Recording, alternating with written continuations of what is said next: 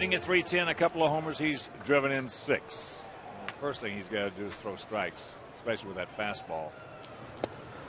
And there's one. That's an improvement. Last time out, he had a really tough time getting his fastball over. Ichiro 2 for 10 in this series. Now make it 2 for 11. Mariners come in with that 13-8 mark. They're 2.5 games in first place in the West. They're hitting at 258 as a club, but they have a very fine 3.33 team ERA. And they're playing .667 baseball on the road. That's somewhat surprising. But they're 8-4 away from Seattle, only 5-4 at home. This has been a really strong pitching team. Well, we have seen 2 outstanding performances by the first 2 guys we've seen from them. Chris Jacobaskas, and of course, then Felix Hernandez in game 2. 2 outstanding efforts. Well, we're going to see 2 of their best back-to-back. We saw Hernandez in the finale last night. We see Eric Bedard today. And when his curveball is right, he's really tough.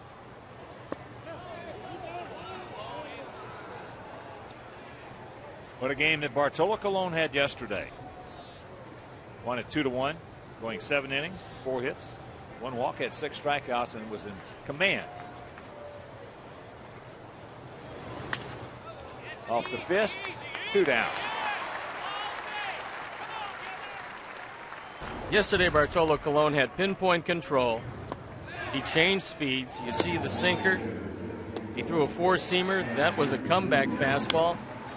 And for the most part, Bartolo was in control, and he really had to be because Jacobaskas gave up just 2 hits.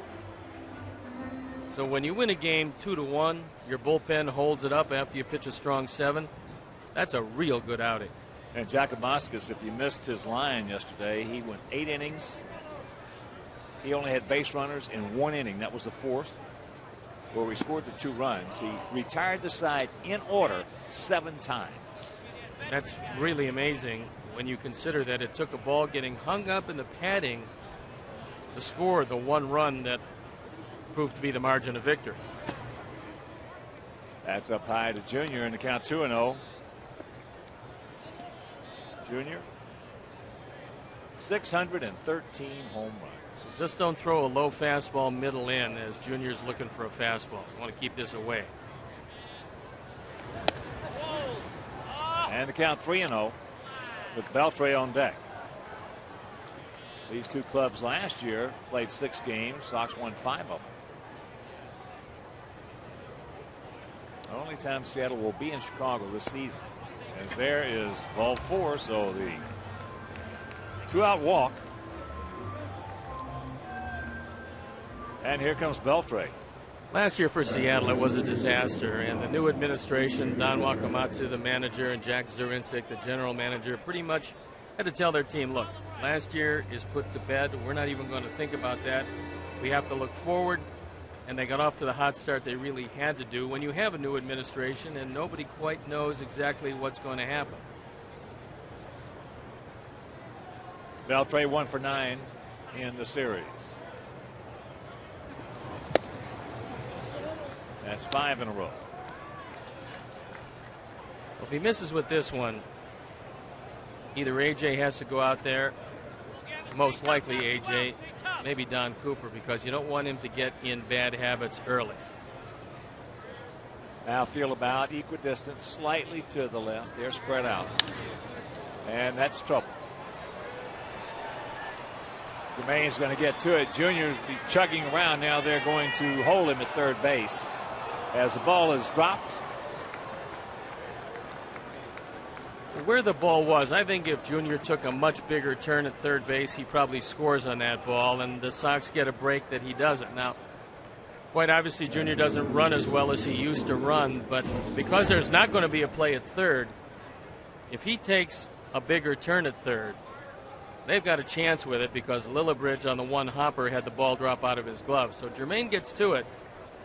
It's a pretty decent relay throw. It's a one hopper. It looked like it might have short hopped Lillibridge, but fortunately Griffey had already held up at third. So here is Russell Branyan He was 5 for 5 in the second game of that doubleheader yesterday. Well, you've got first base open. You've got a hitter that can't hit high fastballs. So with a right-hander in the on-deck circle and Valentin, even though he's off to a pretty good start, I would be very careful with Branyan, who kills low fastballs in or out.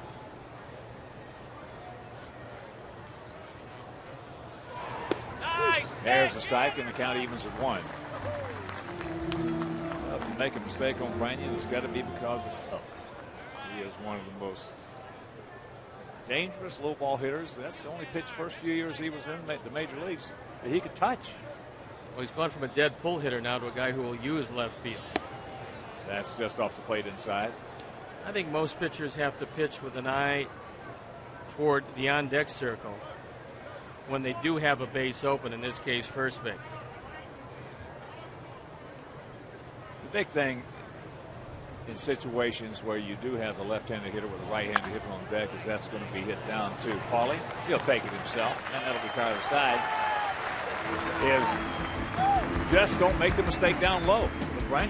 But that'll do it after half inning of play. It's Seattle nothing, and the good guys coming to bat.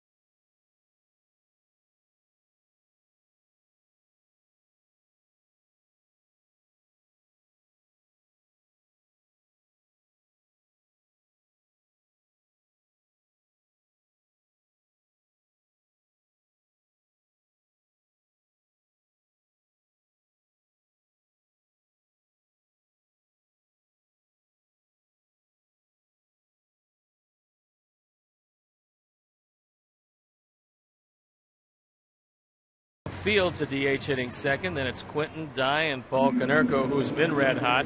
A.J. Pierzynski, Veteman, Anderson, and Ramirez 7 through 9. The defense on the lineup behind Bedard, Valentin, Gutierrez, and Suzuki left to right. Beltre, Betancourt, Lopez, and Branyan in the infield. Johnson behind the plate, and Eric Bedard on the hill. And before we show you our picks to click, you at home select yours as first pitch strike to Brent Lillibridge, who is 5 for 36 this season. That'll pencil out to 139. Bedard has a tremendous curveball. This is his fifth start. You see the ERA at 2.08. He's had a great beginning to this year.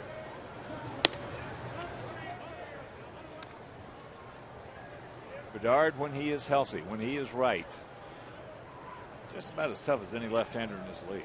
Well, he's 30 years old, and the only thing that's ever been able to stop Bedard has been Bedard's health. When you consider he's been around since 1999, first made his appearance in the major leagues in 2002, and then you notice he's only won 46 games. You realize that he's had trouble staying healthy. When he's been healthy, and he wasn't last year when he made just 15 starts, he's tough to hit. Got him. One out. Well, they tell us that he has been using a little get-me-over breaking ball to get ahead, and then a put-away curveball to finish him off. He's got one of the best left-handed curveballs in the game. And right-handers will give up on it because it looks like it's over the left-hand batter's box. You give up on it, it snaps over the outside corner. But to use that effectively, you have to stay ahead of hitters. Josh Fields the DH this afternoon, hitting at 268. A homer. He's driven in 10.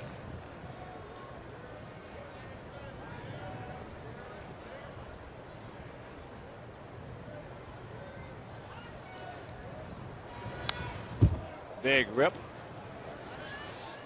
1-1 to count. Sox come in with that 10-10 mark, hitting at 256 as a club with a 4.60 ERA. Erik Bedard has never thrown as many as 200 innings in any season.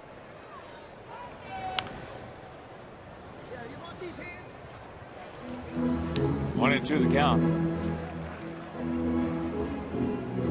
Several years ago when he was with Baltimore, they came in. No, we went in to play them at Camden Yards, and I was talking to Hall of Famer Jim Palmer, one of the broadcasters for the Orioles, about Bedard, and he said, "Honky, this guy right now is just about as good as it gets."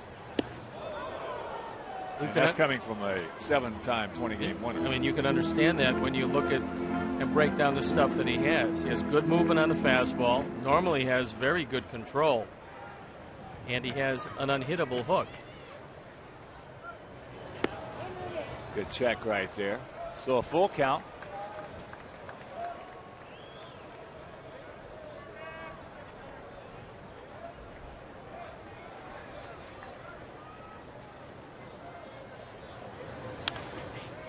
There's more just a get me over breaking ball right there on 3-2. And you know, one of the things that amuses me to some degree is the fact that you get a guy, a real good pitcher, like the kid we saw last night. When he's right, he's just about as good as it gets as well for a right-hander. Yeah, Felix is just outstanding. And that's ball 4. So the one out walk. And right now, let's check out our picks to click this afternoon. Jim Angio, Hall of Fame director and the crew, they went with Josh Fields. Lisa, Steve, Layla, going to go with A.J. Pierzynski, and Sean Pfister, the Beast. Sean Pfister, the Beast, and I, we're going to go with Brent Lillibridge. Sean, of course, 3-time world champion long driver. A tremendous book out. As here is Quentin as he is hit. So he strikes out Lillibridge, he walks Fields and hits Quentin. With the good pitchers, and this is from the beginning of time in this game, get the good pitchers early. And the first inning is usually when they have some location problems. That ball looked like it hit off the left elbow of Carlos. Yeah, that was a point I was going to make, that it amuses me sometimes because you get a guy like a Bedard, you get a guy like a Felix Hernandez, and guys are saying, "Won't you work him deep in the count?" You work these guys deep in the count, and you're out. Especially on nights where they're throwing strike one. You take that first pitch, you got a problem. Breaking ball, no. And of course, those picks to click brought to you by Southwest Airlines. Visit southwest.com today. Bedard had 2 big years with Baltimore: 06 where he was 15-11, and 07 where he was 13-5.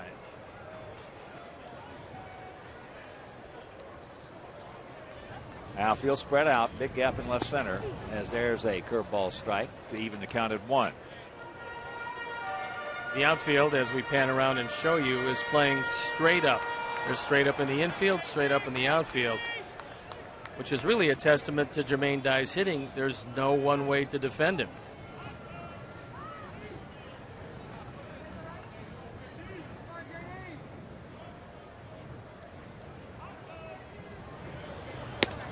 Fastball right there. Well, the better the pitcher, as you mentioned, the better the pitcher, the quicker you got to get him. You got to get him early in the count, early in the game. Once those guys settle in, the Yankees used to have a pitcher like that, Mel Stottlemyre. If you didn't get him in the first couple of innings, you can forget it. You could send it to Cooperstown. Well, he had a big, heavy sinker, and once it started to sink, you just pounded the ball into the ground consistently. His son Todd had a great career. On top of your foot. Yeah, well, that's that also. It never got to the ground. 2-2. Bedard doesn't have that pinpoint control quite yet. That's when you want to take advantage of him. Got terrific arms in right field with Ichiro. and Gutierrez has a better than average center fielder's arm. One out, and the 2-2 delivery. It's full. Well, you got two guys on base with pretty decent speed. You look at Paul Konerko in the on-deck circle. He's been the best of all the Sox at hitting with runners in scoring position, and so a lot of times managers don't want to run themselves out of a first inning, especially when your hottest hitter is in the on-deck circle. Ball 4 base hit right here. Jermaine. Breaking ball. 2 down.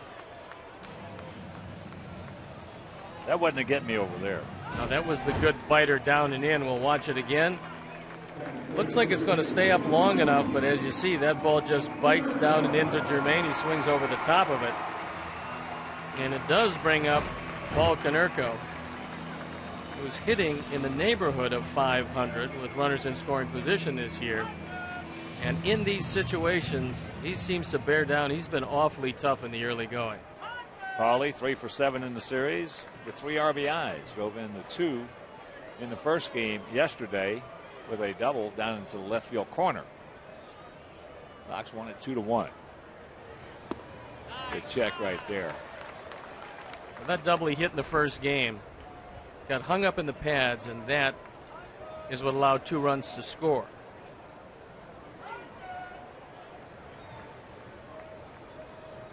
Paulie, 5 for 19 lifetime off Bedard. And of the 5 hits, 3 of them have stayed in the park. Buddy has driven in 8. And the count 2-0. Well, Bedard isn't looking at second base at all. And that's one thing that you have to pick up if you're out there. Lopez is the closest to Josh Fields, but Bedard is just using his quickness to the plate to defend against a stolen base.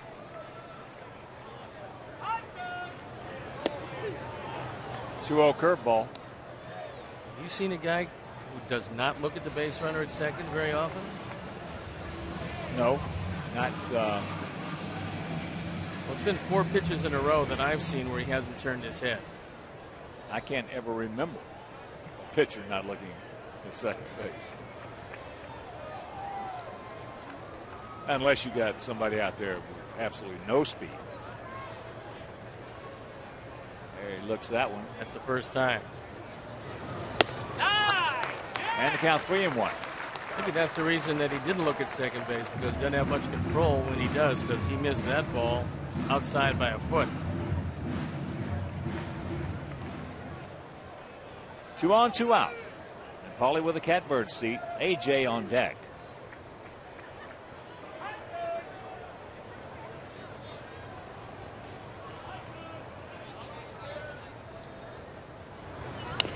Now the breaking ball, that might be a little tell on it.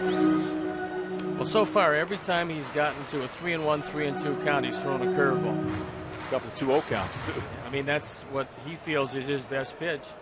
Also, I think at this point, he's having trouble locating the fastball, and he feels he can get the breaking ball over the plate. It's a field situation. But at 3-2, can you afford? You can't afford to really look for anything, can you? You got to look for the fastball and his curve. If you look for the fastball, you can still get to it. If you're guessing strictly one or the other, and they throw the other, then you're dead. There go the runners.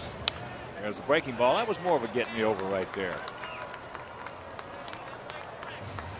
Well, his best curveball, and now he calls out Johnson to talk. His best curveball is the one that bites down and into the right-handers. It's almost like the slider that Ron Guidry or Steve Carlton threw. It looks like it's going to be a strike at the last instant. It disappears. It's called a back foot breaking ball, and you can call it what you want to, but as quickly as this breaks, it's just tough to hit. Well, that's not exactly what the hitters call it. No, they don't. Outfield straight up, spread out. And once again, the runners will be off. That ball hit into left field, not far. Got in on him, and that'll retire the side. Sox threaten, can't score after one. No score.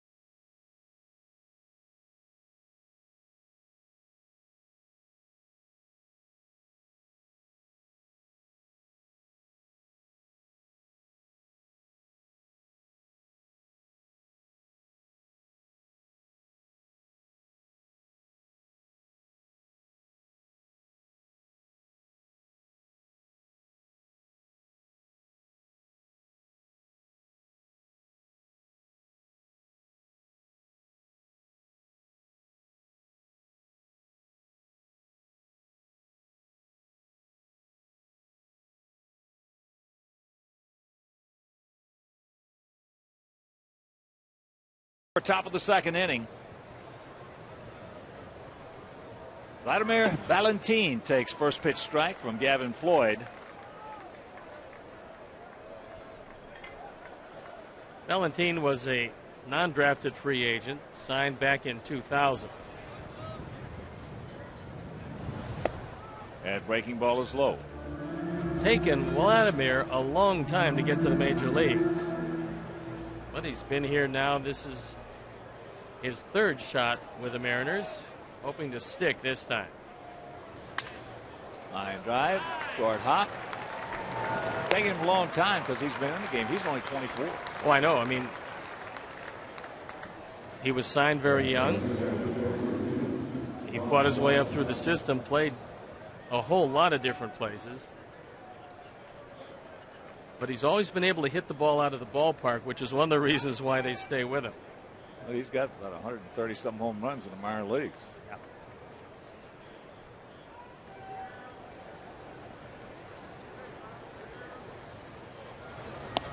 Fakes the bunt. Does Rob Johnson, the catcher, and takes the ball. Johnson hitting at .282, no homers. He's driven in 8. Johnson knows that Jojima is going to come back off the disabled list. He's just filling a spot. Popped up. Alexei. 2 down. One thing about Ramirez, he wants everything in the air. I think if he had his way, he would take most of the fly balls to left field or center field if he could. He's just about as good as it gets. We saw him on the right side of the infield last year with tremendous range. And he's terrific as a shortstop. He can go all the way down that third base line into foul territory and catch the ball. Well, last year he was playing shortstop, and he made a catch in right center field. I mean, that nobody had picked up. He's one of the infielders, and you see a few of them. You don't see them often, but you see a few that they believe that everything goes up in the air, they're going to be able to make the play. Well, the most aggressive shortstop of that hill pitch you're talking about that I've ever seen was Christian Guzman when he first came up with Minnesota. He was one, and Sean Dunston for the Cubs, when he came up, did the same thing. Christian, I mean, he was all over the place. 1-1 to count to Franklin Gutierrez, hitting at .211, a homer. He's driven in 7. Gutierrez came over from the Cleveland Indians, but before then he was with the Los Angeles Dodgers. And they had a surplus of outfielders. He's playing center field here, quite obviously with the Indians. You're not going to displace Grady Sizemore. But they felt that he could cover ground, and he has, and he's played a good defensive center field. Breaking ball. And you've got Ichiro Suzuki in right field. Playing center field becomes a lot easier. Well, you can shade a little bit toward left center. It just becomes a lot easier. And understand that that guy to your left is going to be able to take most everything. I know we had, when I was with the Red Sox, when I was playing right field, we had Reggie Smith in center. And Reggie was out there with his ability and his speed. It made playing right field a lot easier in Fenway. We've got some pretty fast outfields in the American League. I mean, left to right guys that can not only go get them, but they also can throw real well. Fouls that fastball down.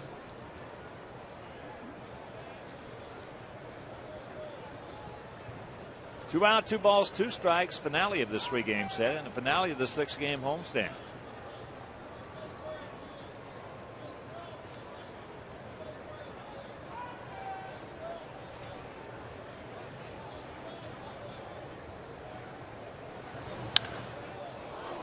That's trouble.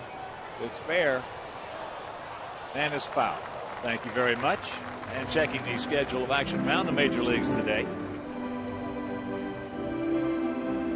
Another afternoon game. Angels taking on the Orioles in Baltimore. Tonight, Boston at Cleveland. Tigers hosting the Yankees. Oakland taking on the Texas Rangers. Toronto, Kansas City, and Tampa Bay at Minnesota.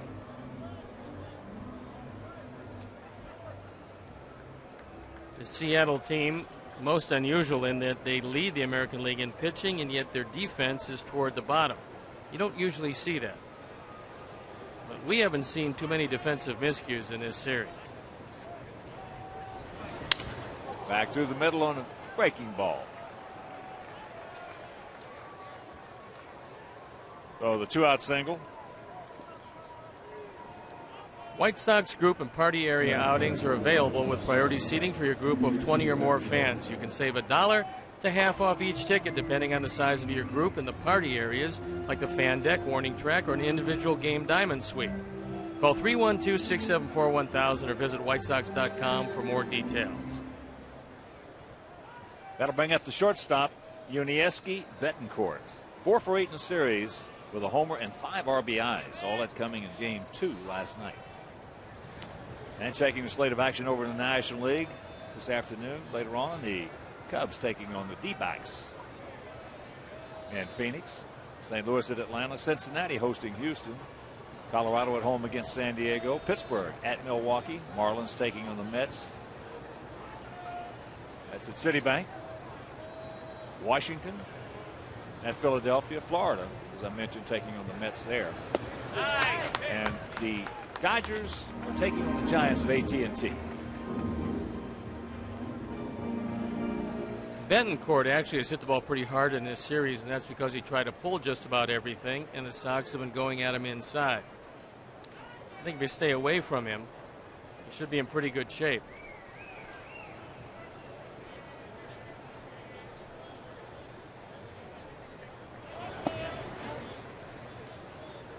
Count evens at 1 to the 27-year-old shortstop. And it wasn't only that home run that he hit, but Hawk, if you remember, he hit one down the line that just barely hooked foul at the last instant. So he's hit the ball pretty hard. In game 1, yep. That would have been another 3-run homer. Just barely missed that pole.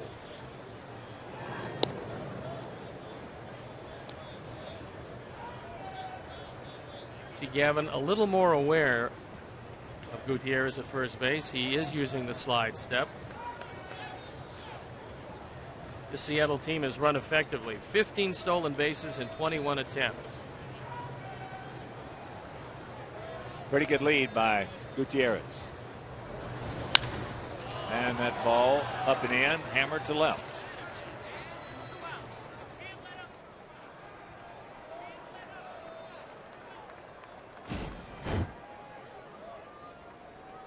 On the inner portion of the plate, and you can see Betancourt just opening up, pulling out. I don't believe he can cover the outside portion, but a couple of mistakes. He's hit the ball hard, and he's pulled just about everything. Well, we do know one thing. From the middle end, he can cover. He can pull the ball, yes. He's already open.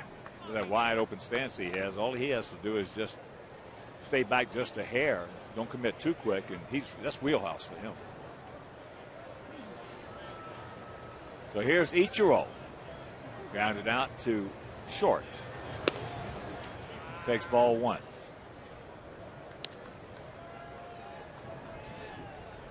Magnificent play. Wow.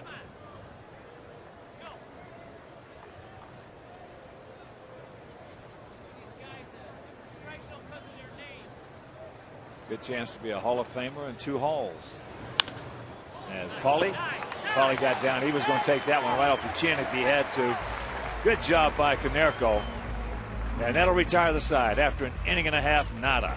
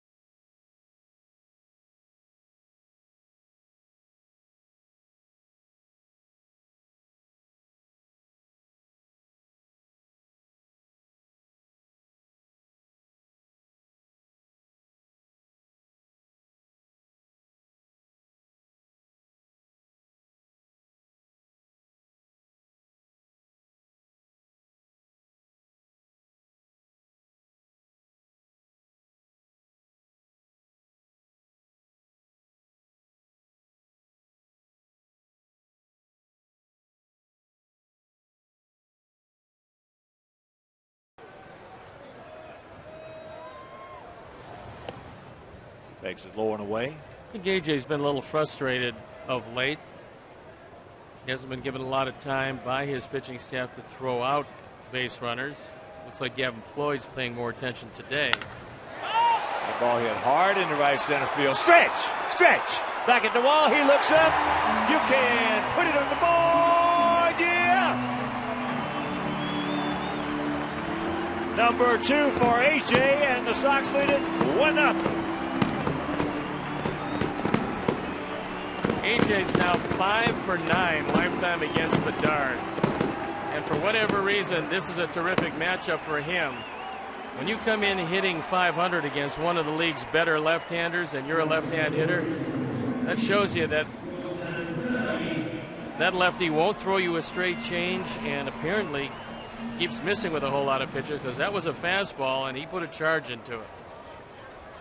Here's Wilson Betterman. 0 for 3 yesterday. Takes first pitch strike. Of course, with that home run by AJ, the Alex Nelius family will donate $100 to White Sox charities for every Sox home hit throughout the course of the season. That is number 23, so $2,300 donated by Alex Nelius in loving memory of Ursula. This is home run number 100. He got a fastball. It looked to be on the outer third.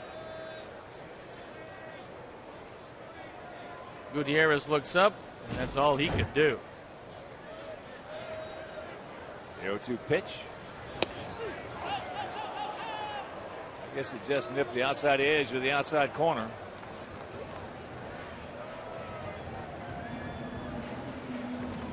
So that's out number one.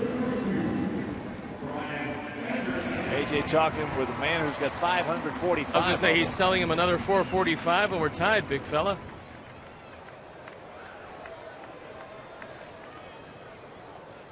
Here's Anderson. Ryan hitting an even 300. No homers. He's driven in 4, but 0 for 7 in this series.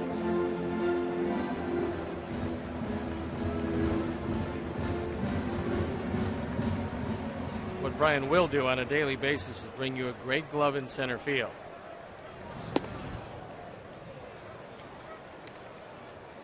Ryan has 18 career home runs. 5 of them have come against Seattle.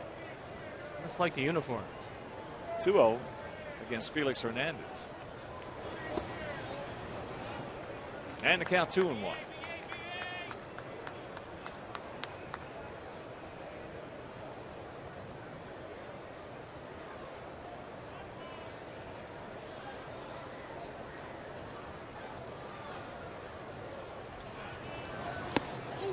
Goes through the fastball upstairs, and the count evens. Well, Bedard isn't really commanding his fastball because Johnson wanted that ball low and away. Bedard got it up and in. So he definitely missed his spot that time.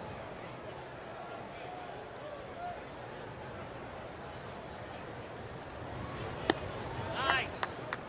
You can see him wrap that one from up here. That was the one that he wanted to break over the left-hand batter's box and catch the outside corner, but he overthrew it. Didn't get the rotation that he needed. All 4 base hit right here, Brian.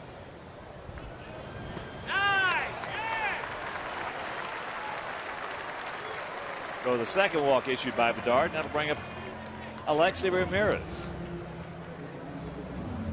Alexi's going to go up there like so many hitters do, and Hawk, you talked about this. Go up, look for a first ball fastball. If you get it, he's going to have a good swing at it.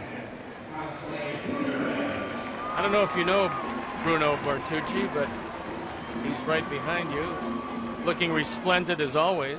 The pink flamingo. The Bertucci boys. How you doing, boys? There goes Brian. They got him. See that one coming. Well, Johnson can catch it, call it, and throw it. That's what he does best. And that throw was right on the mark. So 2 down and the 0-1 pitch.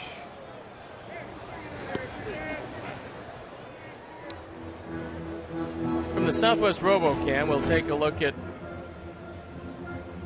a curveball and a tremendous throw to second base. Lopez waiting for Brian to arrive. It's easy after that. And there's a base hit to right field. The 0-2 pitch. Up out over the plate. That's one of the things, Hawk, that I always disliked about the so-called waste pitch, because that was a high fastball that was out of the zone. It was obviously a waste pitch to set up the wipeout curveball. The waste pitch winds up in the outfield a lot. If you think you can get a guy on the third pitch of 3, go get him. Greatest statement, well, not the, but one of the greatest statements here, several I've ever heard about pitching. If you can get them in 1, get them in 1. If you can get them in 2, get them in 2. If it takes 3, get them in 3. But the greatest statement I've heard about pitching came from Sandy Koufax. He said, show me a guy that can't pitch inside, I'll show you a loser. Show you a guy well under 500.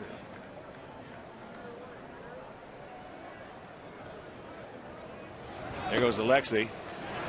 And he gone. Well, Johnson's just shooting them down as fast as they pop up. But the home run by Pierzynski, and it is 1-0 good guy.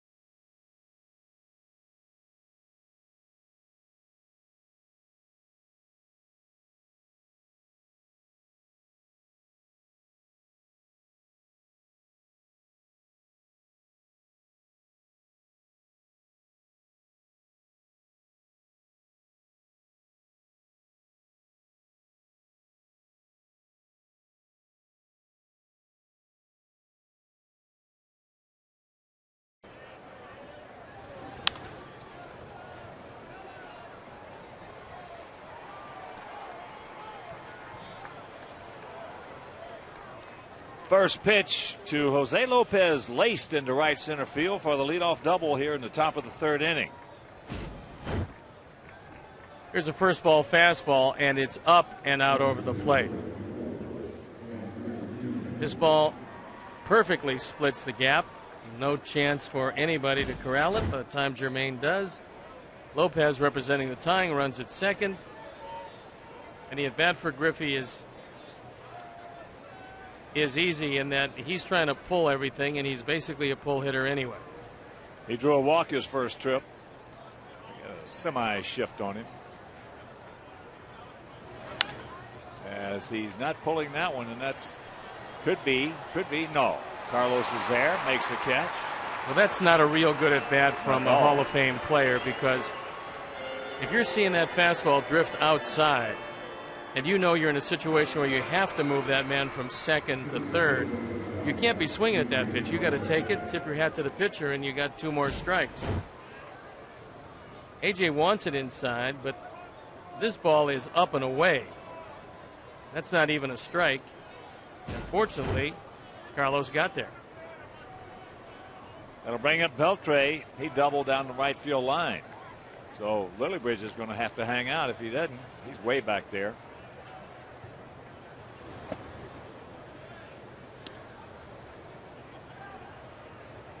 Lopez not known for his base stealing abilities, but if they're going to give it to him, and it's got to be Lillibridge.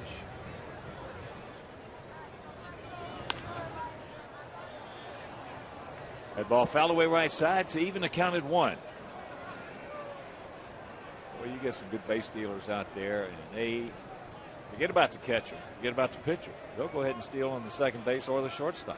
Well, if they're going to give him an extra step or 2, or pick up the fact that the pitcher won't look back to second, a second look, then you got some problems. There's a base hit into left field. Now they're going to hold a runner at third as Carlos quickly gets back in. Hits the cutoff man. Good throw by Quentin. But 1 out, runners at the corners. For the moment, at least, that shows you the importance of that Griffey at bat, because that's a tie ball game. If Griffey moves him over, he doesn't. But Beltre gets another high fastball, and Gavin's having all kinds of problems commanding that fastball. He's throwing the ball a little above the belt, which is very hittable. Now he's got to deal with a dead low ball hitter in Branyan. Well, last time up he got away with a pitch on Branyan for the ground ball to first base. It was down.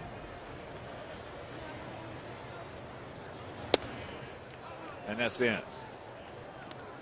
1-2-0 for our guys. 0-5-0 for the Mariners here in the top of the third inning in the rubber match of this 3-game series.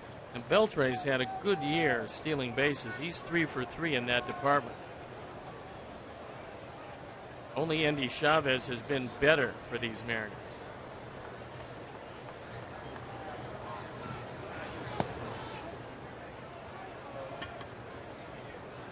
All boils down to the old adage, you got to get the hitter.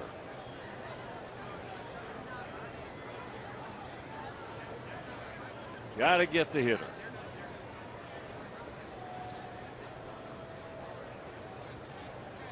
Bruce Hines going through his sequence down at third base, as you saw. Long set. Checks it up, fouls it off. And the count 2-1. Well, now you have to keep your eye on Beltre at first, because last time it looked like he was trying to get an extra step. Normally, if you do run, you're going to run on 2-1 because you don't expect a pitch out.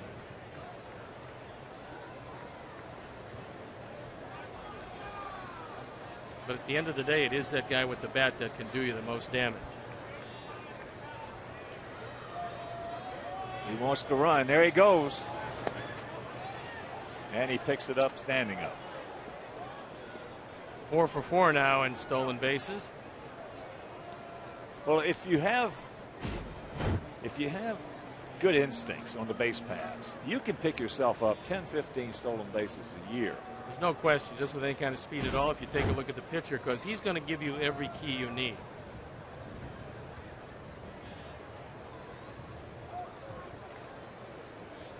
With first base open, I'd be real careful with Branyan. Oh, hit him on the fist right there. Pops him up, and that's out number 2. That was a perfect pitch because it wasn't a strike. It was inside. Branyan with an open stance. Got jammed. Couldn't get his hands out. And there's an instance where you don't throw a strike, but you invite the hitter. If you want to get yourself out on a pitcher's pitch, by all means, take this opportunity to do it. And that could be a huge out as Don Cooper now comes out to talk with Gavin Floyd. Well, they're going to talk about Valentine versus Johnson.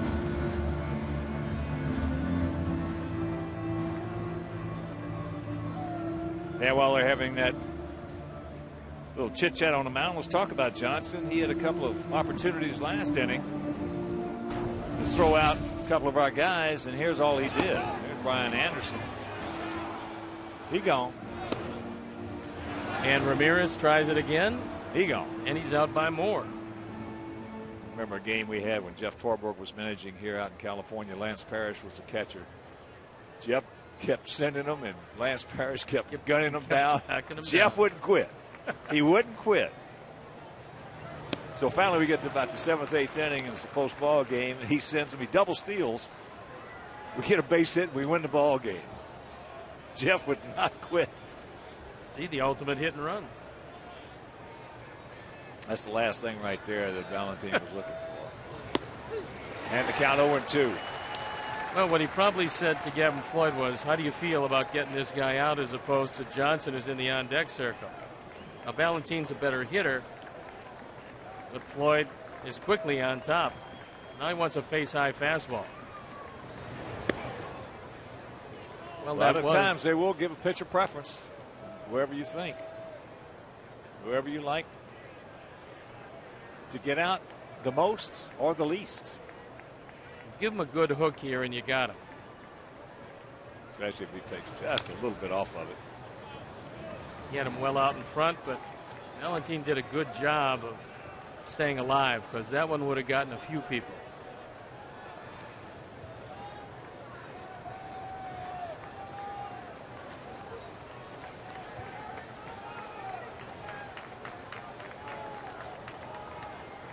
A lot of room to work right here to try to let him get himself out. Pops it up. Pauly. Foul ground, and he does get out of it. Gives up the leadoff double to Lopez. Strands 2, and it's 1-0 Sox.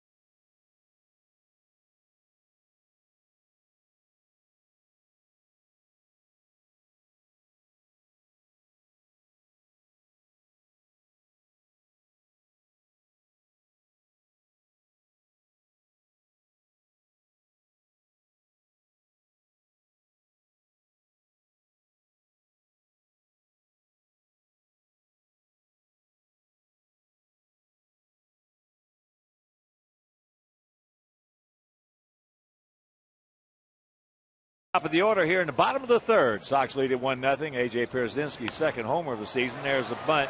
This guy can play some third base. What made that play was Beltre, number one, thought about the bunt before the play, and two, was charging with the pitch. So even though it was a pretty good bunt by Lillibridge, you're probably bunting on the wrong guy. Plus, he's got a gun from underneath. Yeah, and he's accurate, which is most amazing.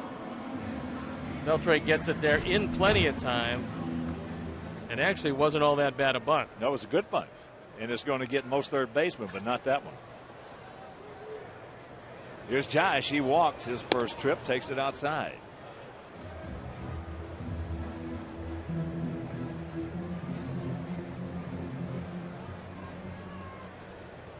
Josh 1 for 5 lifetime off Eric Bedard, and that one hit left the premises.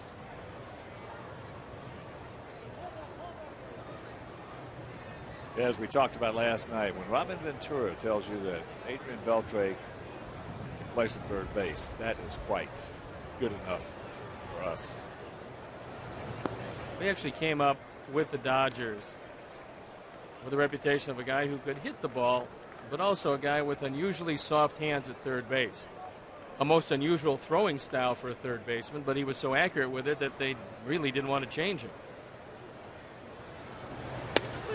Right, good pitch by Bedard. Well, he's become one of my favorite guys to watch play in this league. I mean, he is entertaining, even at the plate. So, a bunch of talent.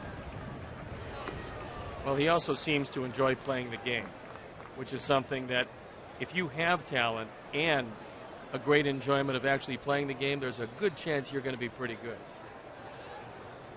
I don't think he particularly cares to hit the safe go. That's a tough place for anybody to That's hit. right. And there's walk number 2 to Josh Fields, third issued by Bedard. 2009 individual game tickets are on sale now. Get the best seats available for the May matchups against the Tigers and the Rangers, May 6th through the 10th. To purchase individual game tickets, call 866-SOX-GAME or visit whitesox.com.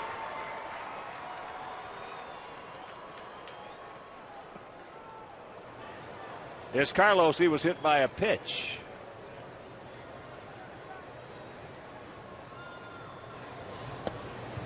Curveball low. Nothing that a hitter wants to do more the next time up after getting hit by a pitch is scald one back up the middle if you're not a dead pull hitter. But if you are, you're looking for a fastball, especially when a guy misses with a curve. Especially if it hurts.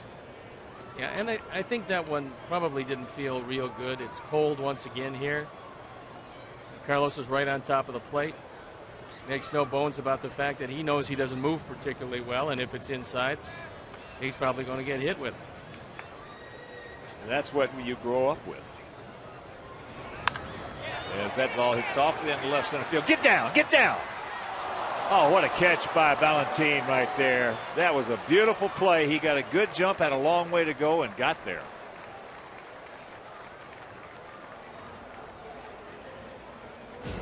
With Tim Sheeta covering at third base, I'm a little surprised that Mike Estabrook didn't go out and get a better look at it, because he was only 3 steps out on the grass at third base. This is a tremendous play by Valentin. It's one of those plays where you lay out. That wasn't one of those dives that you have it in the bag and then you dive. That looked like a base hit all the way. He just took it away. Here's Jermaine, struck out on a real good curveball from Bedard. Well, Tim Sheeta is one of the best umpires in baseball.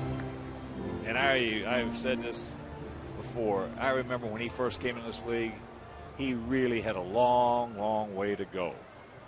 And he worked hard. He worked very hard. And now he is among the best umpires in all of baseball. That's fun to see. The guy who comes in not that good, and all of a sudden over the years becomes one of the best.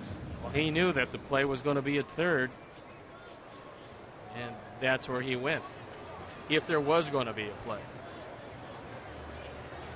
2-0.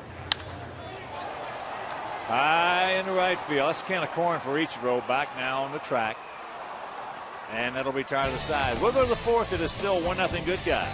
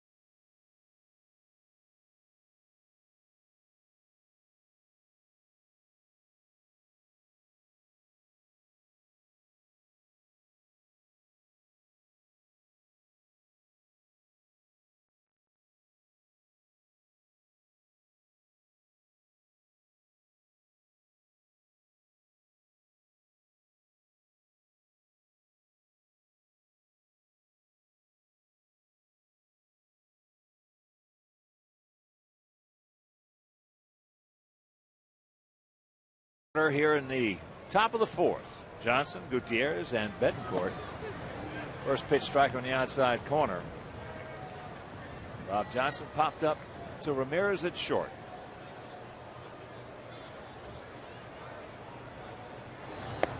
Breaking ball, no. A.J. Pierzynski's second homer of the season. His 100th of his career. Of course, that is Lisa, Layla, and Steve's pick to click today. I could see it. The fourth inning is brought to you by Taco Bell's Fourth Meal. The meal between dinner and breakfast. Open till 1 a.m. or later. My wife's favorite place. Used to love Taco Bell, huh? She can eat there every meal every day and still be really happy about it. Curveball, a little bit low. What's the name of that restaurant we ate at Scottsdale this spring? Post Office? Or right off Scottsdale Road and Camelback. He gone.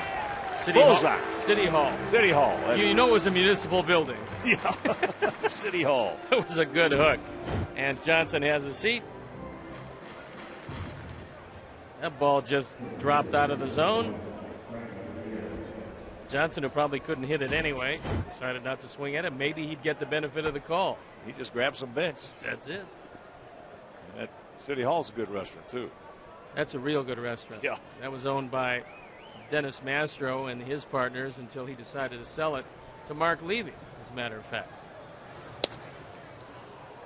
Levy, of course, a prominent Chicago name. Mark and Larry, great restaurateurs. Gutierrez had a solid single to center field.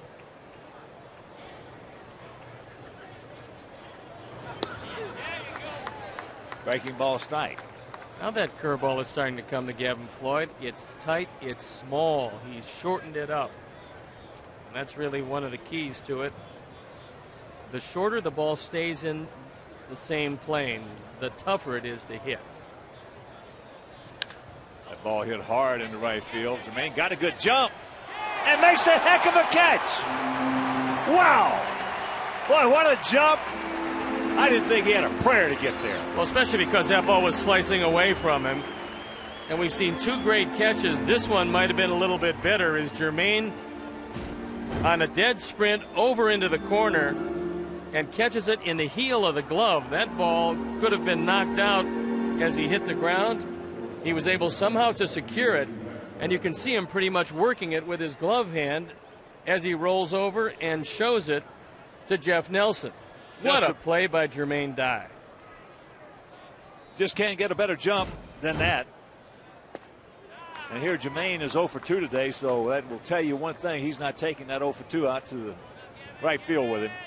All kinds of ways to win a game.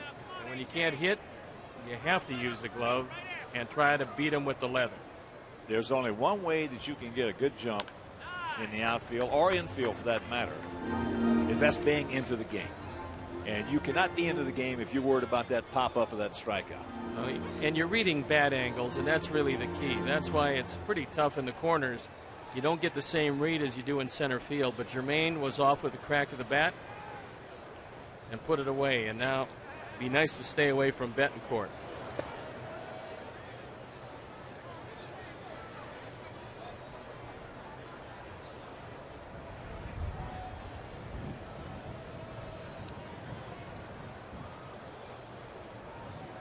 Betancourt has yet to walk this year.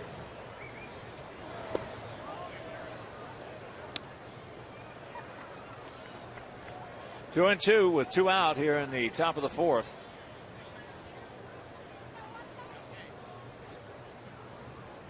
There's another man that has not walked this year.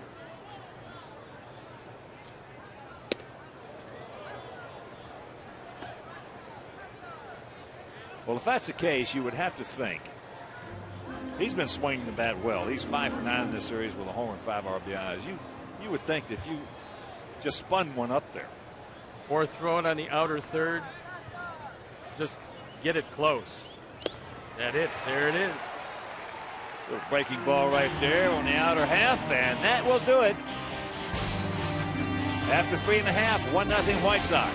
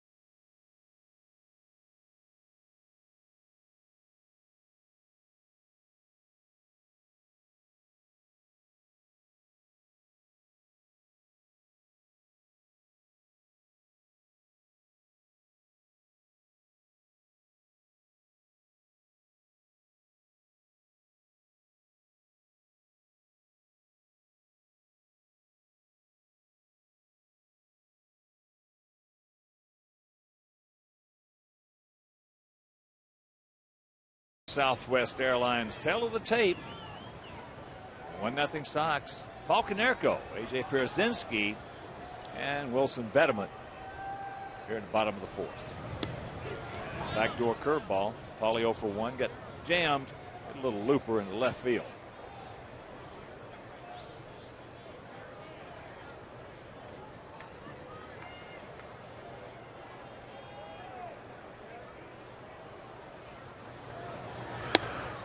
Fastball runs outside. So count 1-1.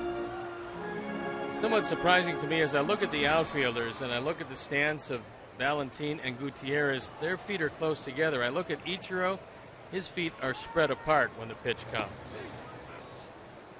Now, you can't argue with success, but you see how far apart his feet are, and he'll keep them there. I'm sure reading the ball off the bat because he gets to it as quickly as anybody. The other outfielders, completely different setup. It's fouled away. Well, we have a moment. Send out a big get well soon to a huge Sox fan from North Riverside, Tim Cutt. Good friend of Mike Mazza and Mike Spadali. And they send it with love, Tim. See you at the ballpark, buddy. Out of play right side, so the count hangs at 1-2. This is a brand new administration for the Seattle Mariners, and the guy they chose to run the team, Jack Zurinsik, longtime scouting director of the Milwaukee Brewers, and you can check out his handiwork by looking at that Brewer lineup. Most of those guys are drafts from Zurinsik, and he's going to do the same thing here. He's going to make this a pretty good team before he's done. Ball high and deep, but not deep enough.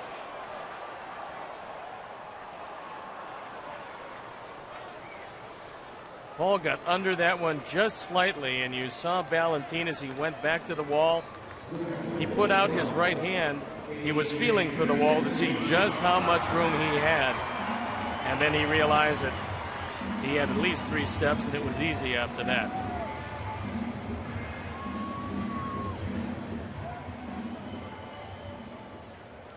A.J. homered, number 100. Takes that curveball strike.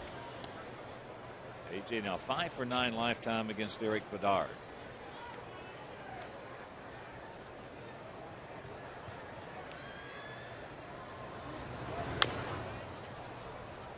And that's just foul.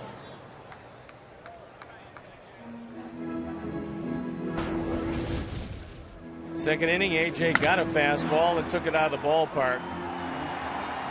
And a guy you might have heard of, Vaughn, when I came up to the major leagues, Willie Mays was my center fielder, and he said to me, if I hit a home run on a fastball, the next time I'm going up and try to hit a home run on the first pitch curveball, because he's not going to throw me the same pitch. Now, it doesn't always work out that way, but if you did, Willie was ready for it. Just pokes at that one. Really, 660 of them. 660, and changed his stroke completely because when he moved to Candlestick Park, it wasn't enclosed yet, as it was for football later on. But you couldn't drive the ball out to left or left center field, and he became a right center field hitter primarily in San Francisco. Never played in that park. Here's the 0-2. Banyan will take it himself for out number 2. Want to win the ticket game? Call 866-STUBHUB or go to StubHub.com. It's fast, easy, and safe. The official fan-to-fan ticket marketplace of the Chicago White Sox. Wilson Betterman. Struck out, called out on a fastball his first trip. Yeah, Willie was something special. Boy, that Giant Ball Club had a real good friend of mine that played third base for him, Jimmy Ray Hart. Jimmy Ray could hit it just about as far as anybody, too. He could hit it as hard as anybody in that lineup. They had Cepeda, Lou. Well, they told me when I came up, and a lot of people will not have heard of Jimmy Ray Hart, but they told me that if you closed your eyes, stood by the batting cage, Mays, McCovey, all of the Alous, Cepeda, and a number of other guys, when Jimmy Ray Hart hit the ball, you could hear the difference. Here's the 1-1 pitch. Popped up right side. Ichiro makes the catch. That is out number 3, and we'll go to the 5th.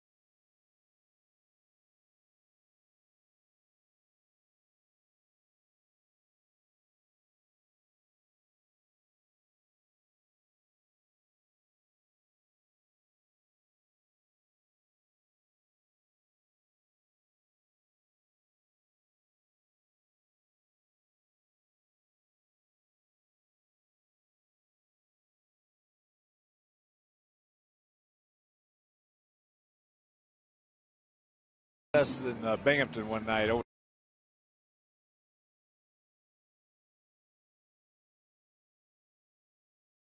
Jimmy Wynn.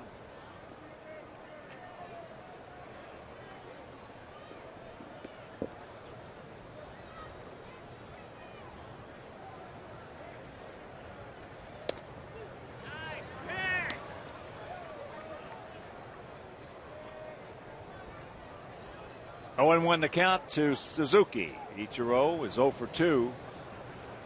1-0 Sox. And the count 0-2. And let's check out our U.S. Cellular text poll question. Believe in something better. And the question is, will Ken Griffey Jr. be a first ballot Hall of Fame selection? A, yes, B, no. Just text A or B, as that's going to be hits the bag over the head. Dadgummit of Konerko. So a bad break for Gavin Floyd right there. And Paul did his best to adjust to it, because when it hit the bag, he went up with one hand, tried to make the play, let it hit off his hand. So now you've got one of their better base stealers on first base in a situation where you absolutely know he's going to go. And the question is, when? He's 3 out of 4 in stolen bases this year, and perennially one of the best base runners in all of baseball. Here's Lopez. He's 1 for 2, a double into right center field.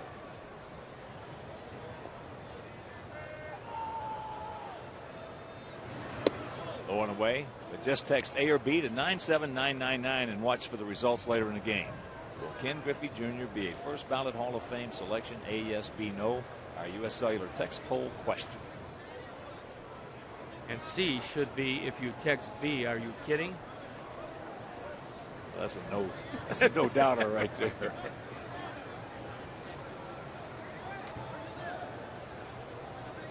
Long set. And that's just foul. Thank you very much. Yeah, that's a tough break right there. Make a good pitch, get him to hit a little ground ball, hits the bag, and just over the head of Konerko.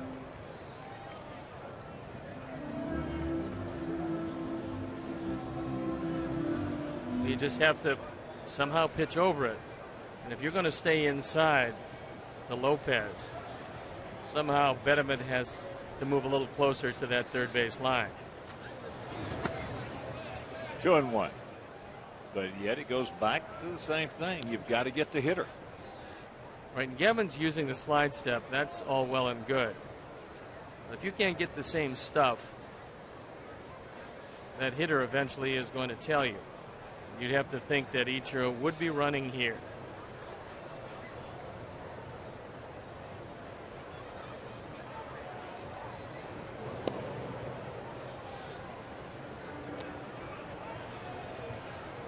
I'm surprised he hadn't already gone. Gavin's had 3 slide steps in a row, so he's delivered the ball pretty quickly, but on 2 of the pitches he hasn't had real good stuff.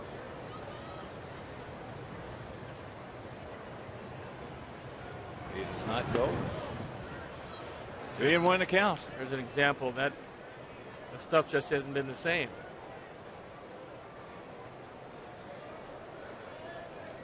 Hines going through his set of signs.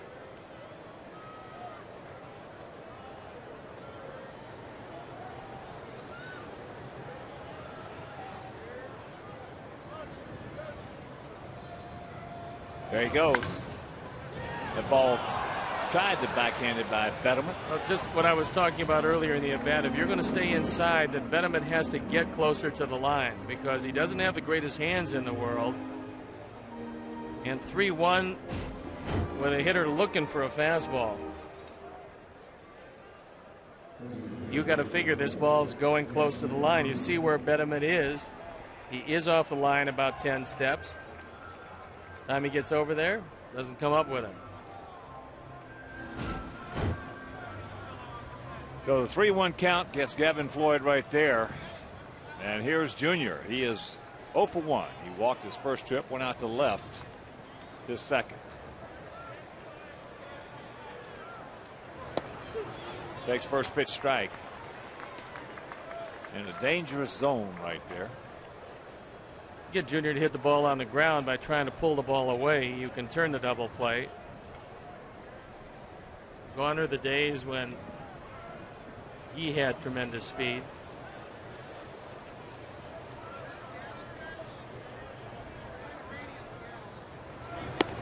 So Junior had what he called bayou speed. He ran just good enough to get by you. Also, watching him in center field over the years, especially when he came up, he made some of the most unbelievable catches.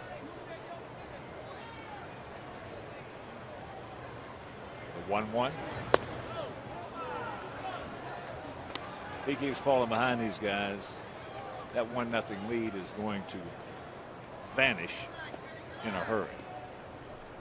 Well, one of the things that I know that Don Cooper will be working with him, and I know he's made him more aware of the base runners, but he's got to be able to get the same stuff with the slide step as he has with the high leg kick. Out in front on a changeup. That was a pretty good pitch because he had Junior well out in front of it. Not only did the leg come forward, but the hands went also. That means he didn't read the change. So 2 balls, 2 strikes to the 39-year-old veteran and first ballot Hall of Famer.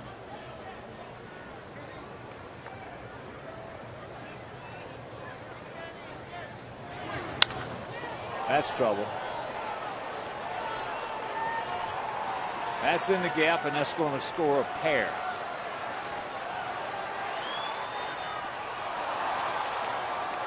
Junior now is going to go into third.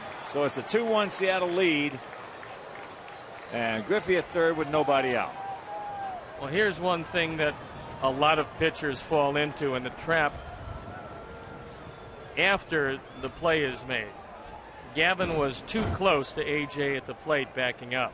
We'll watch it again. This is a fastball that drifts out away from Griffey, and he drives it into the gap. It's going to go as 2 driven in, his 4th and 5th of the year.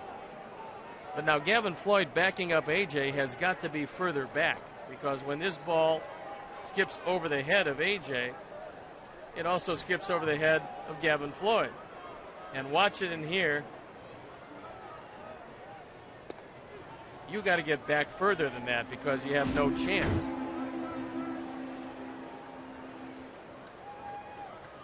Beltre has doubled. He has singled, also picked up a stolen base. So 2-8-0 for the Mariners, 1-2-1 for our Sox. And it's 3-1. Just fist that one out in the center field. Well, that's what happens. You know, you had the first 2 guys get on with infield hits that never got to the outfield grass. And then because that's the reason that Rickey Henderson, to me, was without question, of all the guys that I've played against, seen play in 50 years, was the greatest offensive player I've ever seen for what he did to a ball game. When he got on. When he got on, invariably. First of all, he's got more walks than anybody in the history of the game. The one guy in the game that you didn't want to walk, you walked. Young pitchers, he just tore up. Just absolutely tore them up. He would get the next guy 2-0, 3-1 counts. If you hit behind Rickey Henderson in that 2-hole, you were going to get more 2-0, 3-1 counts than anybody in baseball. We saw it here with Lopez. Exactly. I mean, the big break came with the ball hitting the bat. Not much you can do about that, although Ichiro should have been retired. But once he gets on, you're so distracted with a slide step that you get into a 3-1 situation, throw a very hittable fastball, and before you know it, you've got a 3 spot on the board at the very least. That's why that intimidation of Ichiro right there helped out Lopez on the 3-1 count. But it goes back to the one thing. I don't care. I don't care if it's Rickey Henderson or if Ichiro Suzuki's on first, but you got to get the dadgum hitter. And if you let anything about Ichiro distract you from that, then shame on you. Shame on you. In this instance, it was obvious that Gavin wasn't getting near as much on the ball from the slide step as he was from the leg kick. That's why you got to admire guys like Tom Seaver and Nolan Ryan and those guys so much. They could not hold anybody on. Ichiro was going to walk into second base off those two guys. Greg Maddux was the exact same way. If you want to take it, take it. But the next guy isn't going to get a hit. So that's the whole key. If you're standing out there, that's okay. They didn't care. Steele. There he goes. And that ball into right field. That's just a can of corn. So Branyan is retired. And that's out number 1. Go ahead and steal it. You're not going to score. And that was their mindset. And more times than not, you didn't. Gavin is at the 81 pitch mark with 1 out here in the 5th inning. So odds are overwhelming that that bullpen is going to come into play in the not too distant future, but he'd like to get out of this inning and limit the damage to 3. 9 Seattle hits so far. Here's Valentin. Get foul. It will.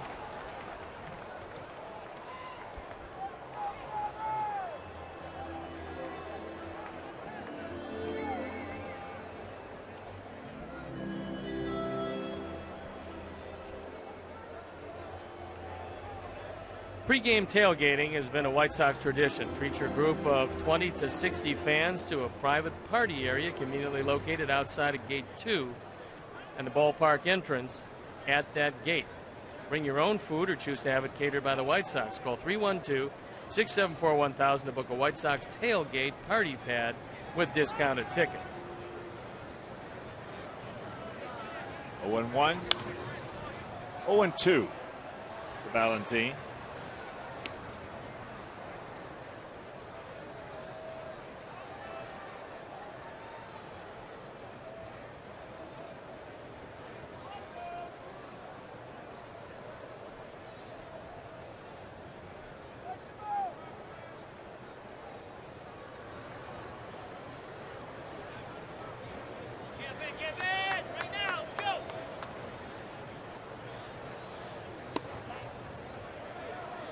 High and wide.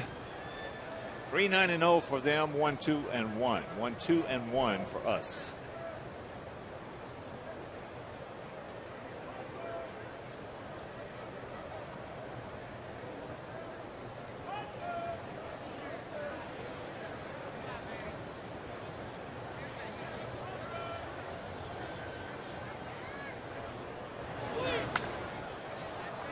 That high breaking ball into right field, and this is going to be out number 2.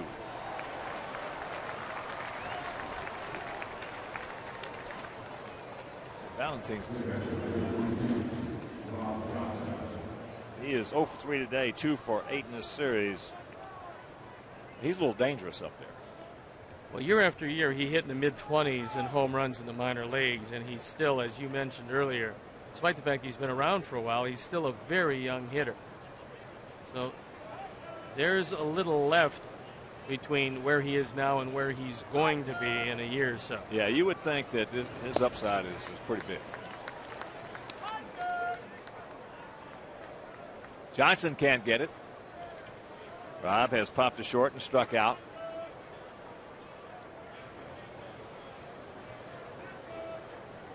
Angels leading Baltimore 3-2 that game in the bottom of the 9th at Oriole Park at Camden Yards. That's foul down. Well, it used to be pretty much 3-2, 9th inning, Angels involved, game over because K-Rod would come in. Now it's Brian Fuentes, and things get a little more interesting because at times he's had his problems. At one point, he lost his spot in Colorado. Then he regained it, signed as a free agent with the Angels. Well, Angel Ball Club is a little bit different ball club without K-Rod. Well, they're banged up. They don't have to share a one. That was a loss for them, and they traded Casey Kochman in that deal. The 0-2 pitch. Hit hard but foul. Charging that line drive down there. That ball's hard. Yeah, you gotta be ready. Ready to have sore hands for about a week.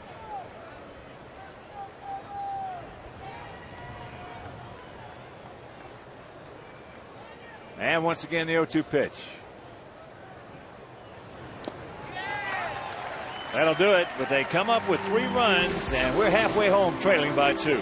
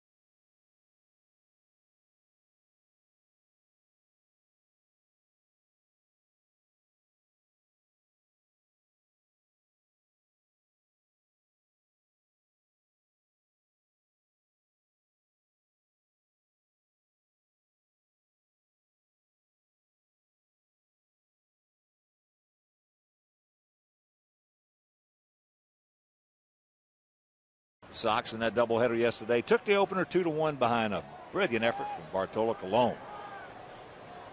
And Seattle returned the favor with a brilliant effort from Felix Hernandez in game 2. And right here, that 3-spot tap half of this inning. And you got a guy out there, a left-hander, who is settled in, giving up 1 run, a home run by Pierzynski, leading off the second. So far, Rob Johnson is throwing the ball as well as Bedard because he's cut down 2 would-be base stealers. Easily. And that was a big factor in the second where Bedard appeared vulnerable.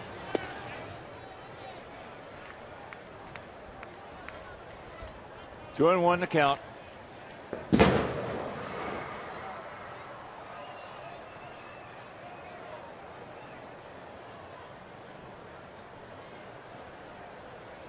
Anderson has not to this point swung at that curveball low and in.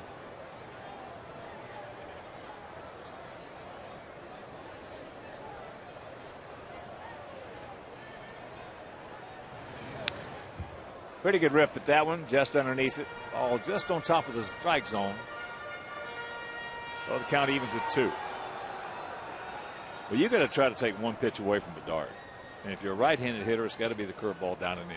So if that's what you got to do, how do you do it? And you can do it by backing off the plate a little bit and making him backdoor you with a breaking ball if he's going to throw it. As there's a chopper. You let a left-hander get out there if you're a right-handed hitter, freewheel it, and make you vulnerable down and in to where the outside part of that plate is open. 0 for 4. Well, most good hitters will tell you, against a good pitcher, you're not going to be able to cover both sides of the plate. It's pretty tough to do that. Well, that's the old adage in baseball. The better the pitcher, the more the plate you've got to concede. That's why they're good pitchers. You try to cover the plate on a 20-game winner, you're going to be 0 for 4.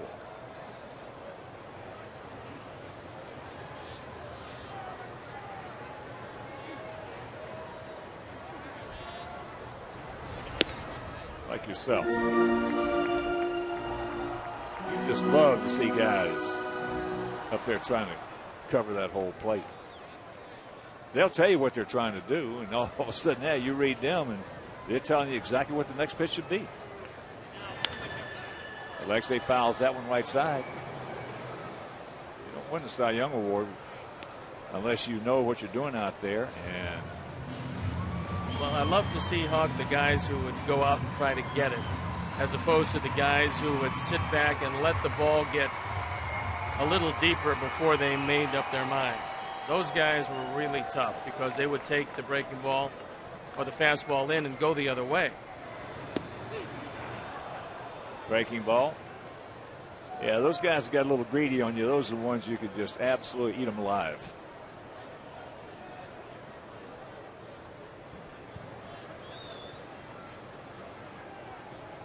The 2-2.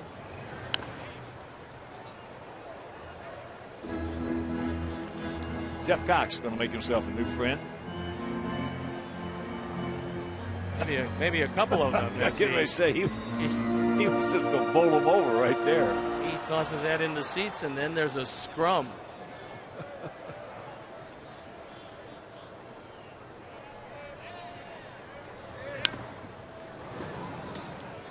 And another foul.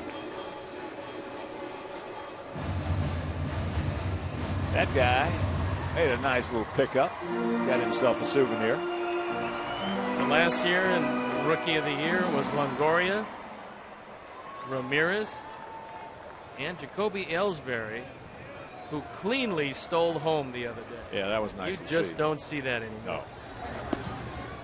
I'll tell you what, you didn't see it much in my era either. At all. You could see it on the back end of a double steal if they that's threw not clean. it. No, if they threw through, but he just took off. Andy Pettit never saw him, and he had it easily. It's a lot easier to pull that off if you got Ellsbury's speed with that left-hander. With the left-hander on the mound? Yeah. Well, somebody has to yell he's going because you're sitting there, you can't see him. He just took off. I know that he tested it by getting a little bit more, finally just took off, and he guessed right because it was a curveball, and he just slid right under the curveball. And you better have the right hitter at the plate, too. Yeah. One that decides not to swing. Yeah. Slowly hit. That throw right there pulls him off the bag, so Alexei is safe, and that'll bring the tying run to the plate. Well, it'll be real interesting to see what they do on that because this is a tough play normally for any third baseman. From the Southwest RoboCam, we'll take a look at Beltre seeming to flip it. That time he really didn't set himself. I guess he felt he didn't have the time, and they're giving him a base hit. You can understand why. The off-balance throw, pulling Branyan well off the bag. But a good play by Branyan because a first baseman's first responsibility is not the bag, it's the baseball. And he kept that ball out of right field. Well, here's Lillibridge. He's 0 for 2. Pretty good lead by Alexei.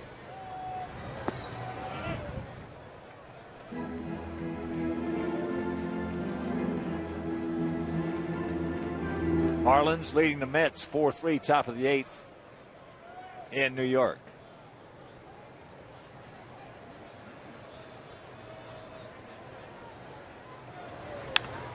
And there's a base hit.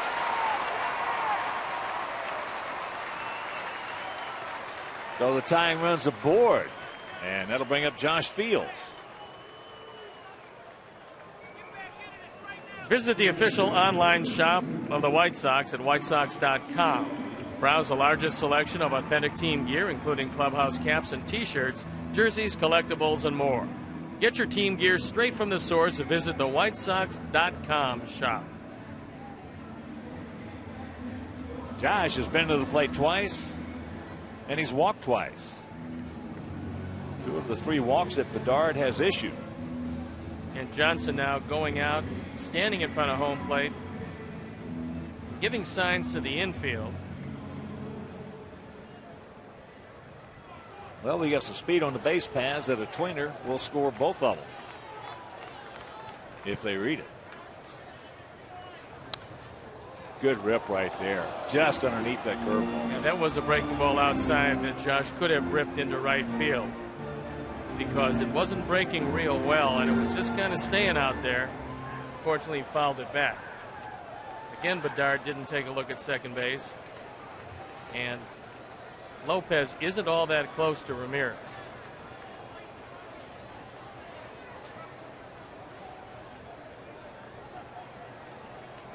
Long set now. That one right off the foot. 0-2 the count. You got to cinch it up and hunker down right here. 22. That back foot curveball. If you get on top of it, it goes right off the instep. You probably didn't do that very much during the course of your career. Get out the paperclip and the matches. Boy, if they had to relieve that pressure in the big toe, isn't that fun? Where they drill that little hole. Well, you don't have to. All you do is take the paperclip, straighten it out, heat it up with the match, put it right on top. It goes right through. That's really good. Just don't be looking at it with your face over it. No, it's like Old Faithful. Come on, Josh. Good two-strike hitter, buddy. That ball hit into center field. Alexei's going to tag, and he will move into third. So 2 down runners at the corners, and that'll bring up Carlos Quentin. Josh hit that ball real hard, and a heads-up play by Ramirez to go to third, because if Bedard does throw that breaking ball in the dirt, and you would think that Carlos would see 1 or 2, you never know what might get by Johnson. Johnson's pretty good at blocking low pitches, but Seattle has had 14 wild pitches this year. 13 of them not by Eric Bedard. Well, that goes back to the catcher that you had when you won the Cy Young, Rick Dempsey. I mean, you didn't have to worry. You were a curveball pitcher, breaking ball pitcher, and yet you didn't have to worry if you had a man on third base with Dempsey behind the plate. No, he smothered everything, and you had a great sense of security to throw your best curveball. And there's one that hit him on the foot, and that's a bad break, because if it doesn't hit him, it's going to get right by Johnson. So the second time that Carlos has been hit by a pitch. This is biting down and in, and Johnson can't get his body over there in time. If it doesn't hit him, it's probably going to pop over his shoulder, and the Sox would be within 1. Carlos goes to first base, and now it's up to Jermaine Dye to do a little damage as Bedard is teetering here in the 5th. Jermaine is 0 for 2. Last time up, went out deep, taking Ichiro back on the track in right field. Outfield straight up, spread out.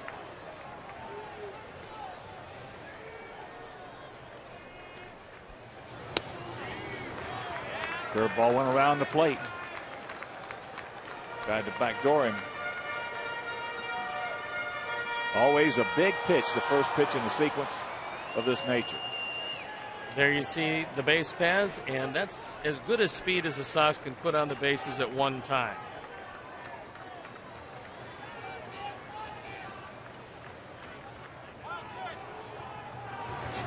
And the count 2-0, so JD's got the catbird seat. Bedard has already walked 3 and hit 2. So this is not one of his better control days. Now Jermaine is squeezing the sawdust out of the bat, and he's looking for a fastball.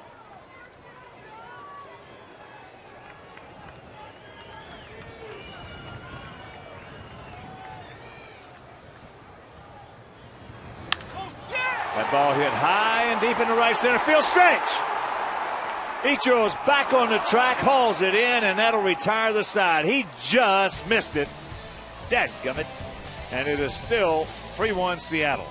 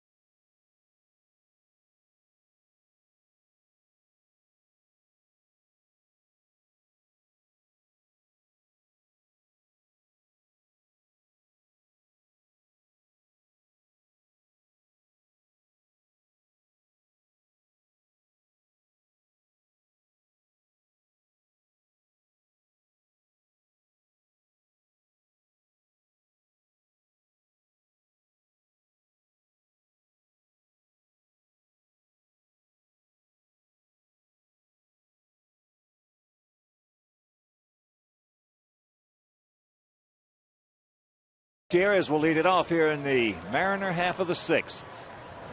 Jermaine Dye just missed hitting a grand slam out of here to right center field, and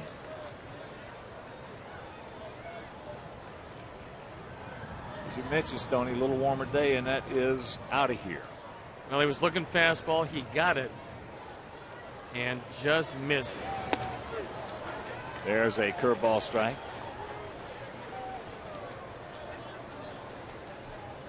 See, the wind, not that much of a factor today.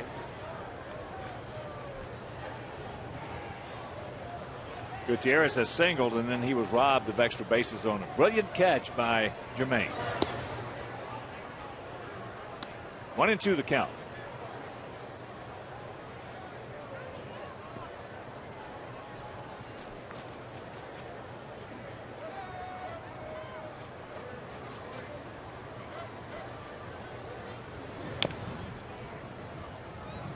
And that's chop foul.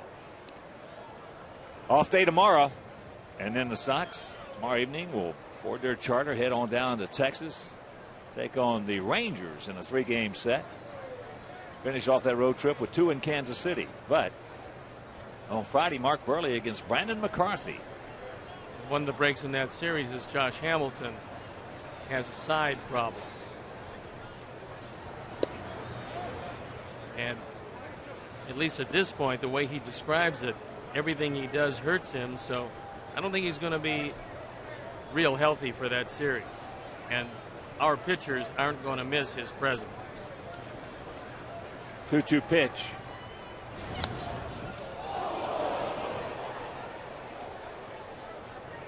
But Buehrle against McCarthy and the Friday game, that game will be over Comcast Sportsnet.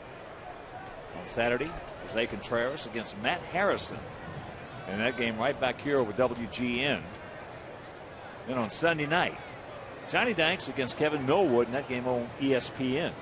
That's a good matchup. Millwood is throwing the ball real well right now.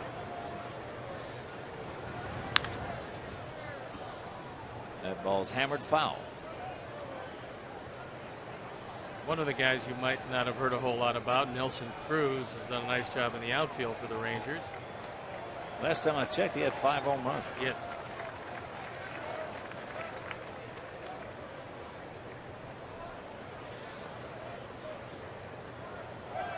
And once again, the 2-2. Next pitch will be number 98 for Gavin. With that in mind, the bullpen up and going. Looks like Matt Thornton throwing out there.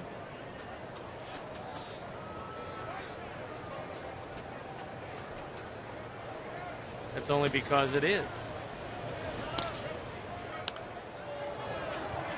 And another foul ball. So Gutierrez working out. I was talking about the pick to click today. Sean Pfister, a terrific book out for all you guys out there who are looking for 15 to 20 extra yards, called the Long Drive Bible. The Beast, 3-time world champion long driver. And this will be number 10. And that's fouled away. How far can he hit him? He can carry it. He can carry it close to 380, 385. Carry it. Carry it. It's not too bad. No. I can carry it that far. I can't fly it that far. You mean you could ride it in a cart that far? That's a long way. Softly hit. So Gavin is going to win that battle.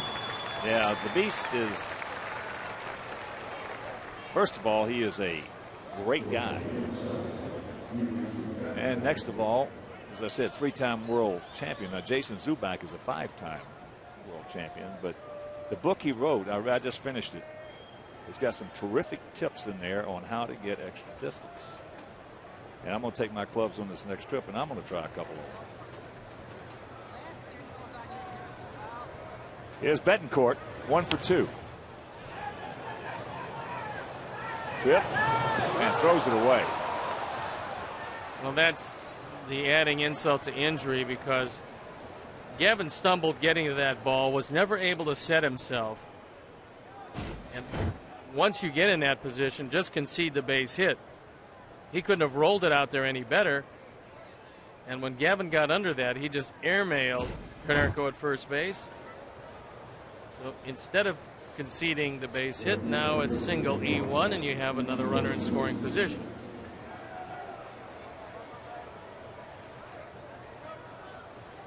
And a tough cookie at the plate, and Ichiro, who's 1 for 3 at an infield single, started off that 3-1 fifth with a little ground ball down the first base line, and it hit the bag, bounced up just over the head of Paulie, and they're going to go ahead and put him on.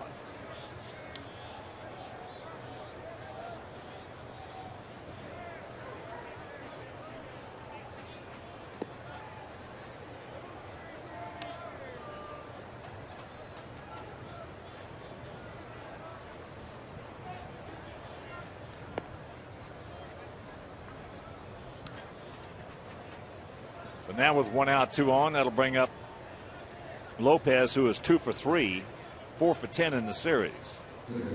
And here comes Coop. 106 pitches Gavin has run up the home plate. So this will probably be his last hitter. I would think so, because with Griffey up next, the last time we saw a confrontation with Thornton coming in, Wakamatsu didn't pinch hit for Griffey. So he's got Sweeney on the bench. But I would think that Thornton would come in the game after this. Unless you see that double play ground ball that we've been looking for all game.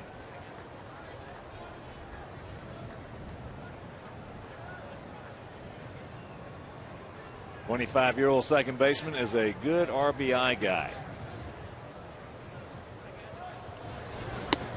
Takes first pitch strike. In fact, last year, Lopez 17 homers and knocked in 89. 89 is a big number for most second basemen. You're not talking about guys out of the Jeff Kent school of second base hitters. It's a good number. Or Brett Boone, when he was in that Mariner uniform.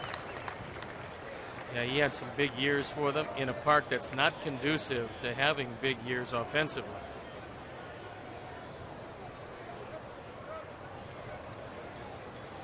Outfield just about equidistant. Slightly. A couple of steps to the left.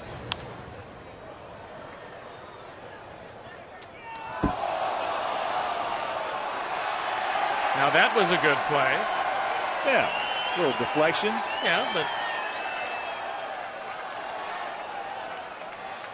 you just keep making so many people happy.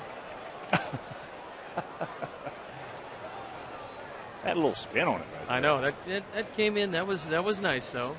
You couldn't avoid it, so you might as well catch it. Yeah. 1-2 the count.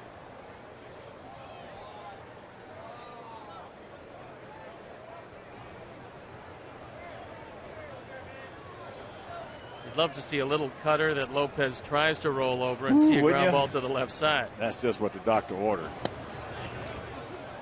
Well, he tried to get that outside corner, get him to roll over, missed, and it's 2-2.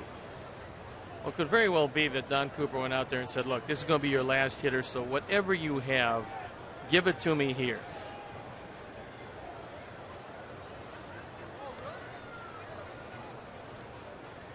Take him right here. You don't want to go full. As a little looper. Alexei is there. Yes. And now they're going to double him off at second base. And that will end the inning. So we get a break right there. Take advantage of it as Betancourt thought it was going to fall. It didn't. And we'll go to the bottom of the sixth. It is still 3-1 Mariners.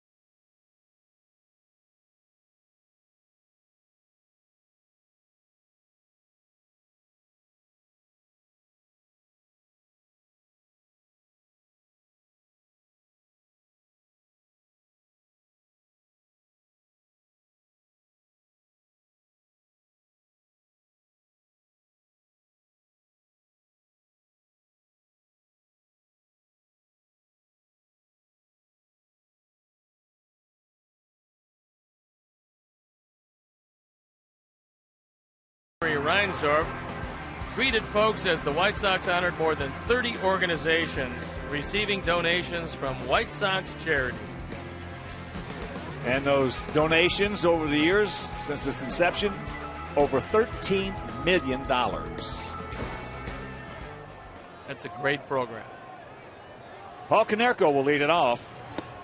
Takes a curveball strike. Paulie, 0 for 2. Twice he's gone out to left field. Last time he just missed one. The Sox are starting to hit the ball with a little more authority against Bedard, which would lead you to believe at the 87 pitch mark that he might be ready to give up a couple. That's a good start.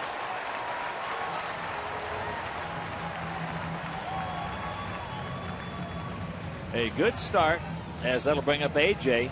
A.J. has accounted for our run with his second homer of the year, 100th of his career. Sean Kelly throwing in the bullpen.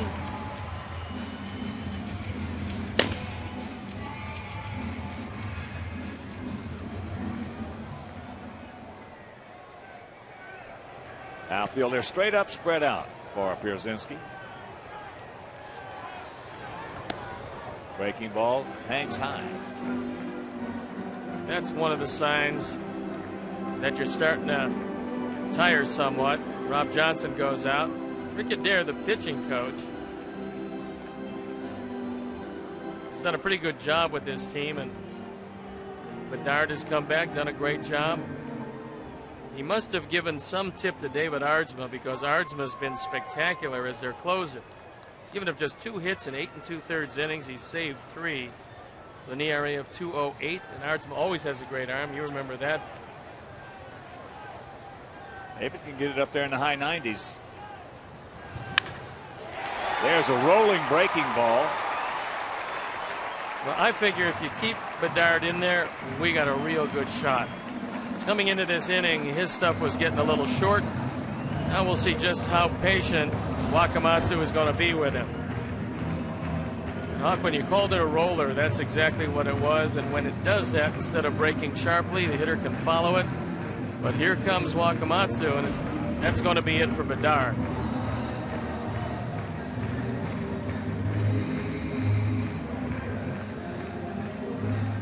All right, a break in the action as we have the tying runs aboard. Nobody out here in the bottom of the 6th, and we'll be back.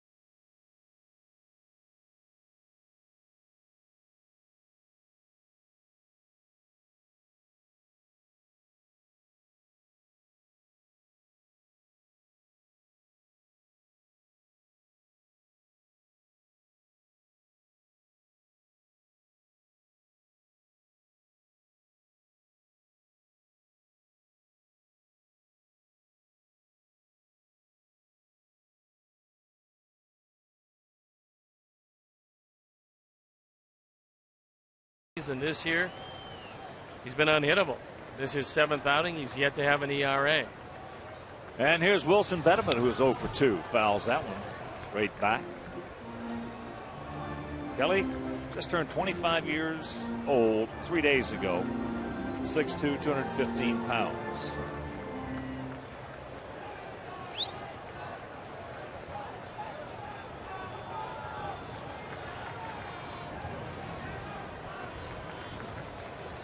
Beltre went over, had a word with Kelly, and he's talking about what he wants him to do if Betterman decides to lay it down. 3-1 Seattle. That's low, and the count evens at 1. So far, not even a hint that Wilson is thinking about a bunt. But there you see Adrian Beltre. He's in on the grass at third.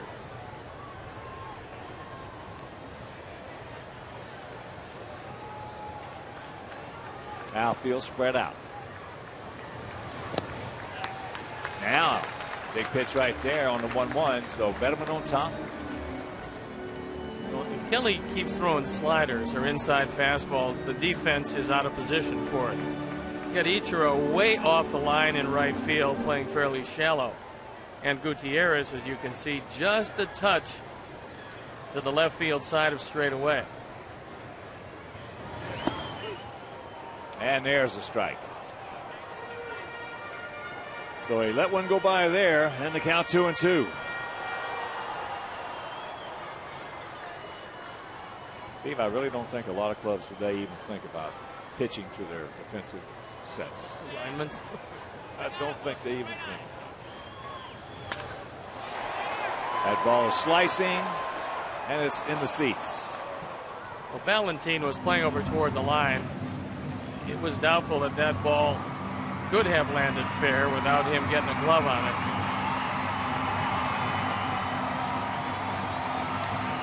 They've got a pretty good defensive outfield.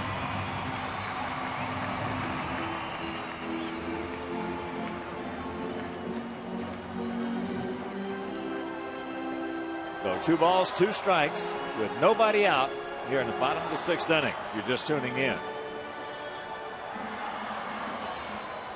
Sox with a run in the 2nd. Pierzynski's homer, and the Mariners with 3 in the 5th.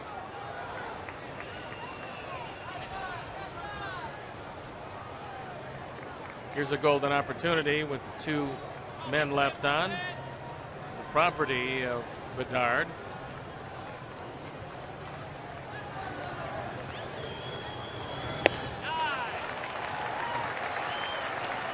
So a full count to Wilson Betterman.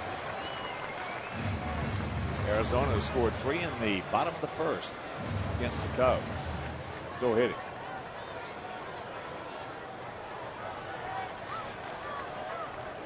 Ryan Anderson on deck. Watch out. Well, that was an inside move, and if it's coordinated right, they might have had Paul at second base. But Kelly wasn't thinking about throwing to second. He just wanted to shorten up the lead. And the payoff. That ball's fair. Hit the bag. Here comes Paulie. AJ will stop at third as they get it back in. So the double by Betterman, and it's a 3-2 ball game. Well, Hawk, that's what we were talking about, was pitching away from your defense. They weren't playing him to pull the ball at all, and he got the ball inside. Now they've hit the bag once. We've hit the bag once. Theirs helped turn into 2 runs. Ours so far, nobody can tell, but for Betterman, that's RBI number 3. Ichiro, who was well off the line, gets to the ball quickly, but now runners in scoring position and a 3-2 game. And they want Betancourt and Lopez back, so Ryan Anderson's got a job to do right here. Right side, get 1 in and 1 over. Big hack. All you have to do is hit a ground ball in the middle infield. You got to try to play some pepper right here with this pitcher. Yep. Don't turn the head of the bat over. And the count 0-2. Jeff Nelson said he did go around. We'll look at it from the side. He went around. And Jeff Nelson, who's had a pretty good series, made a good call.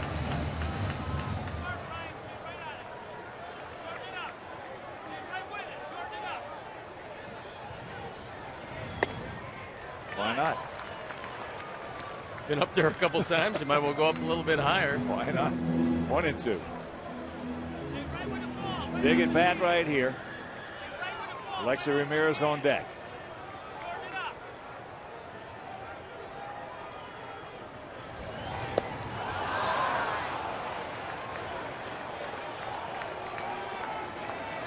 Big strikeout for Kelly. Set him up with some high heat and wiped him out with a good hard slider low and away. Now comes an equally as important at bat with Alexei. And now they're going to bring the infield in. So now in a completely different situation. You have an out, and they're in the middle infield. Alexei is 2 for 2. And that ball is hit foul. Caught it off the end of the bat, so 0-1 to count to Ramirez. Kelly's in his rookie year. He made his debut against Oakland on the 10th of this month. And occasionally young pitchers, especially guys who are used to closing, throw that slider in the dirt.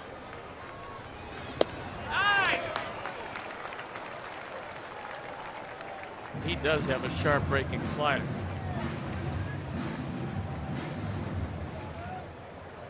Bit of a gap out there in left center. Beltre. Step back of the bag and off the line at third. Big hack by Alexei.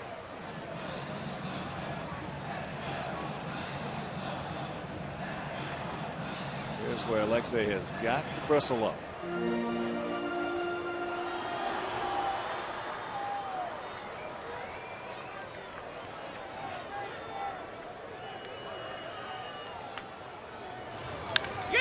That ball into center field. That's going to get it done. Both runners will tag. They will advance. AJ will score. And this game is tied at 3. Good hitting by Ramirez. He waited to get one that was up high enough in the zone. He had 2 strikes. Didn't seem to overswing at that, but he hit it far enough and tied the game. That was a slider that really didn't bite. It stayed over the middle of the plate. AJ scores a tying run. And the irony of this game to this point is it's a ball that hit first base that helped key 2-run rallies for both teams. Well, the reason that slider was just spiraling, so to speak, is for the reason that you mentioned prior to that. He didn't want to throw it in the dirt. And you have a young kid. He probably hasn't had a whole lot of experience with Johnson. We've seen Rob Johnson. Pretty good catcher. It's going to be tough to throw one by him. Now you got the go-ahead run 90 feet away. Lillibridge is 1 for 3.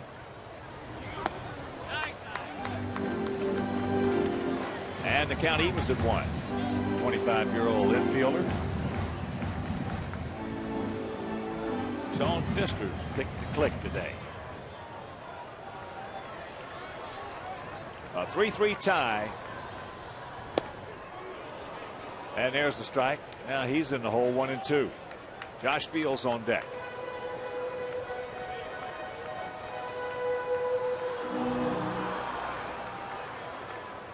There's a look at Josh as he hopes that this inning is alive when he comes to bat. That ball into right field. That's a can of corn for Ichiro.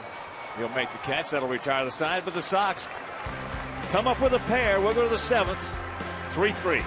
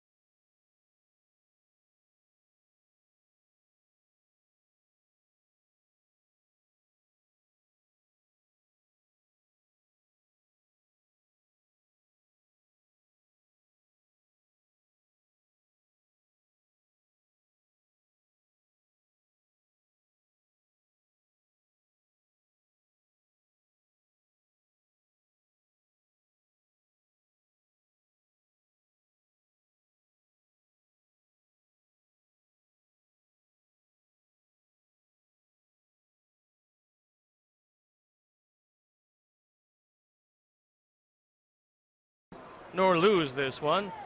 Thornton comes in at 0-1, his ERA 2.57, on for the 10th time, the first Sox pitcher to reach double digits. And the first man he's going to look at is Ken Griffey Jr., who is 1 for 2 with a 2-run double and a run scored.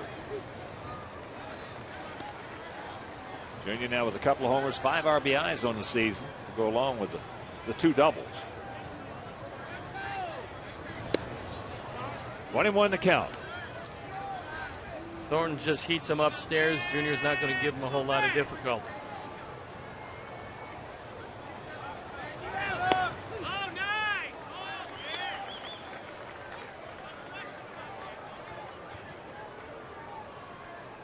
39-year-old veteran, 613 home runs. And there's the fastballs, and bye-bye Griff.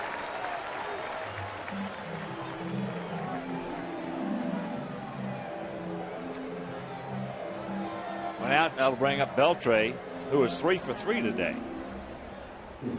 Kevin Floyd didn't have his best stuff, but he did battle him. Gave up 10 hits, went 6 innings, 3 runs, walked a couple, 1 intentionally, and fanned 3. He battled his behind off out there today. He did. There's a little looper, and he's going to be 4 for 4.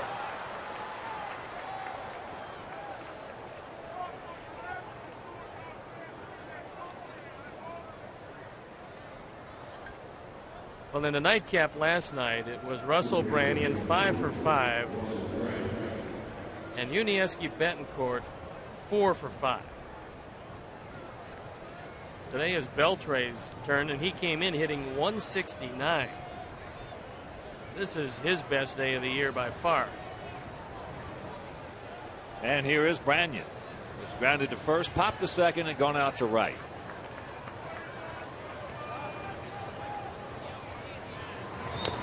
Checks it up, and the count 0-1.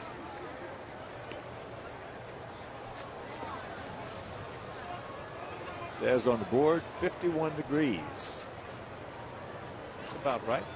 Maybe the temperature on the board seems a touch cooler.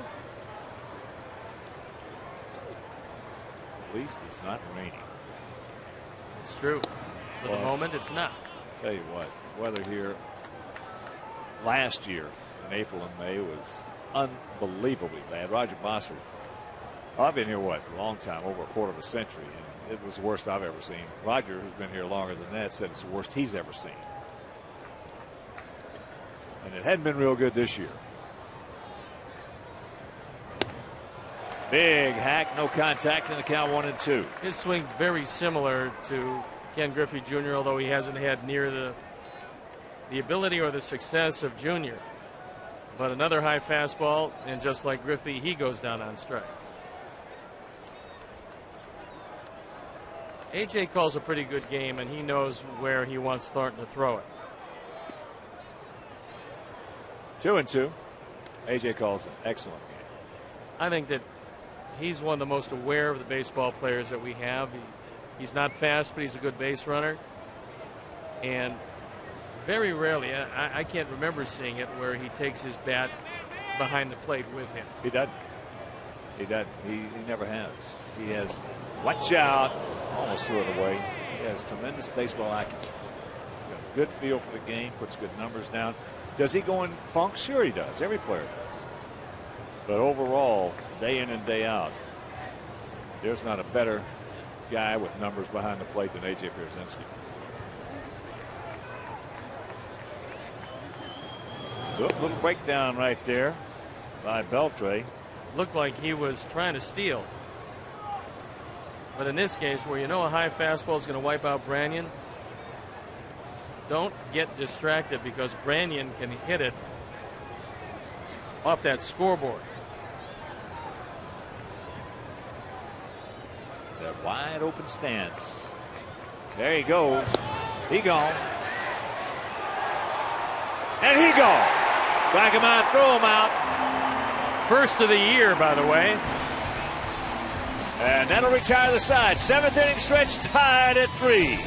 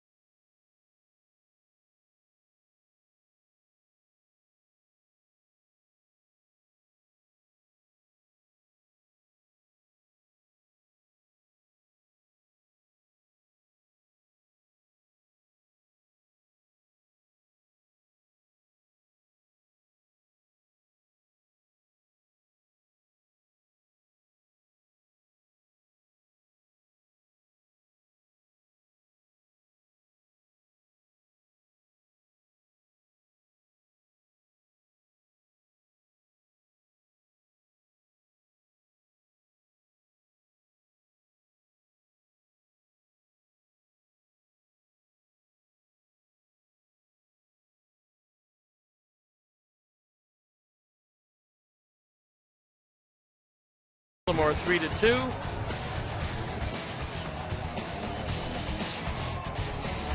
Rest of the games in the American League at night. There is some action, however, in the National League. Milwaukee defeated Pittsburgh 1-0. Florida beat the Mets 4-3. Colorado 3-0 in the fifth over San Diego. Arizona 3-0 over the Cubs. Later on,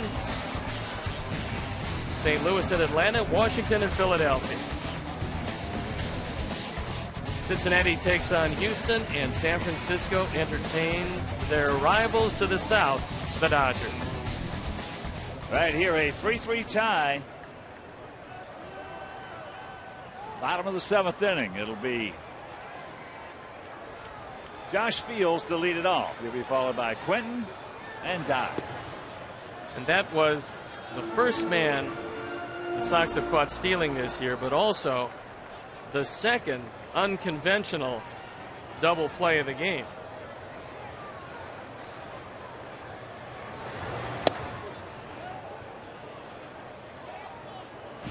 Here's today's Comcast HD shot of the game. It's a strike 'em out, throw 'em out.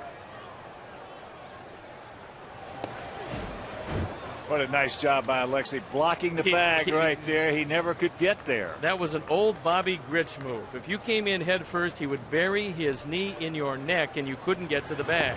Bobby Grich was absolutely the best I ever saw at that. Ever. And you're a runner at second base. You take a big lead. You go diving back in head first. You're out. Yes. You're out.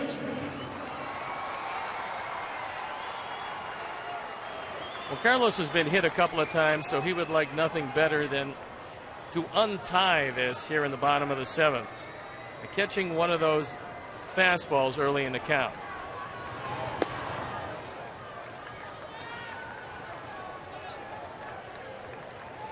He is 0 for 1.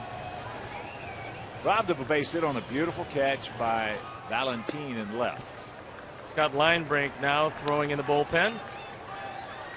Good inning for Thornton. A couple of strikeouts.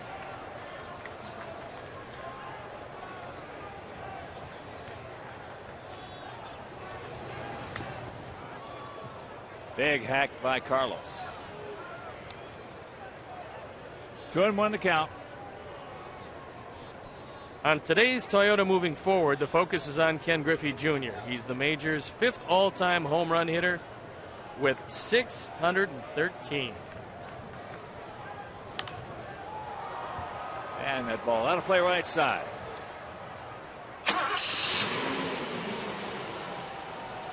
Once again, a reminder, off day tomorrow. And Friday, Saturday, and Sunday from Arlington, Texas. Mark Burley on Friday against Brandon McCarthy, and that game will be on Comcast Sportsnet. That ball hit deep into right center field. Ichiro goes back. He looks up. You can put it on the board. Yes! Number 8 for Carlos, and the Sox lead it 4-3.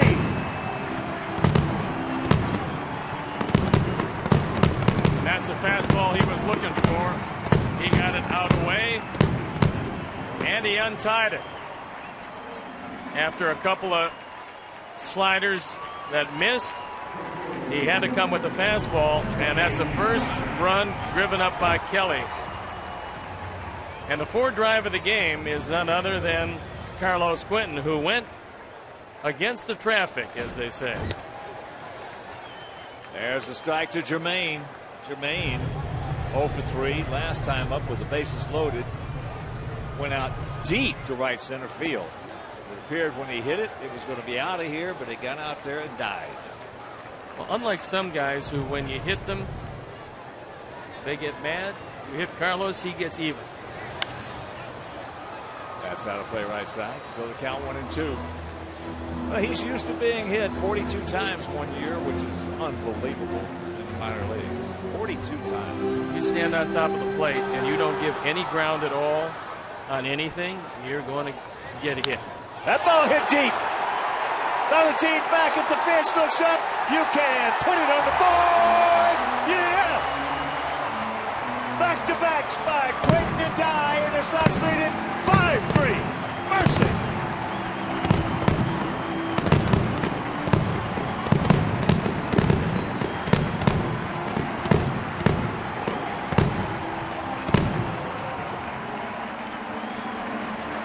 6 and 13 on the power numbers for Jermaine Dye. And Wakamatsu's coming out. And Kelly has been introduced to an earned run average here at U.S. Cellular Field. He didn't have one coming in. He's given up 2 home runs going out. Kelly departs, and we'll be back.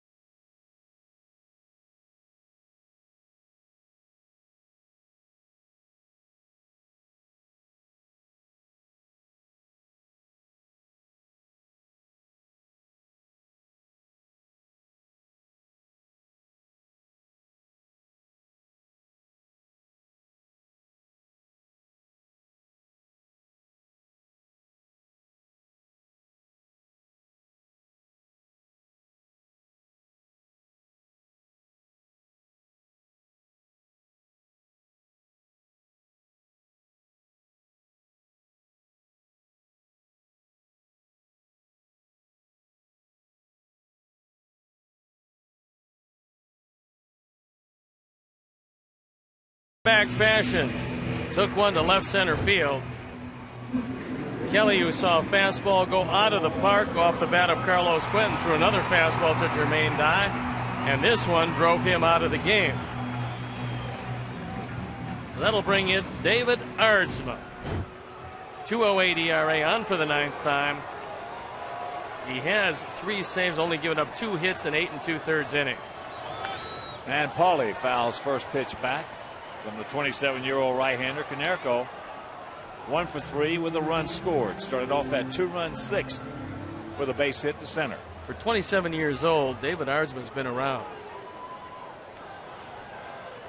It's a hard 27. He's always been a hard thrower.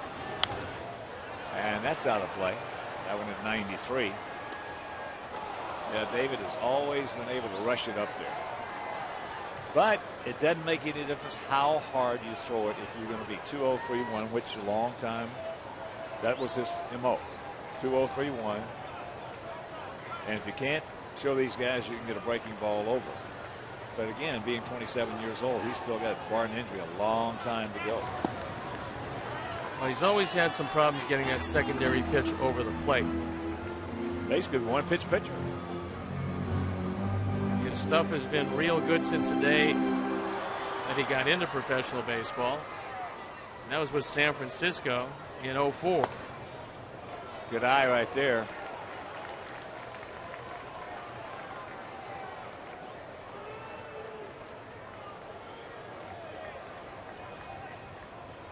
David, a nice guy. And the 2-2. It's full. Pierzynski on deck. 5-9-2 for our Sox. 3-11-0 for their Mariners. This is the rubber match of this 3-game set and the finale of the 6-game homestand.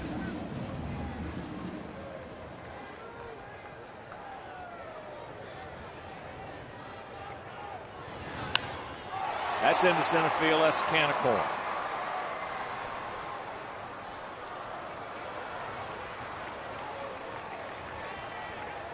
Two down.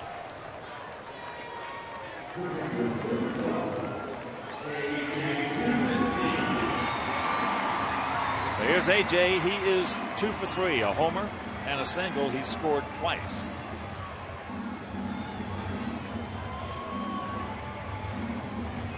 And he threw out Adrian Beltre.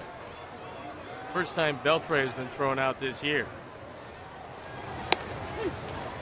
Pours that fastball over.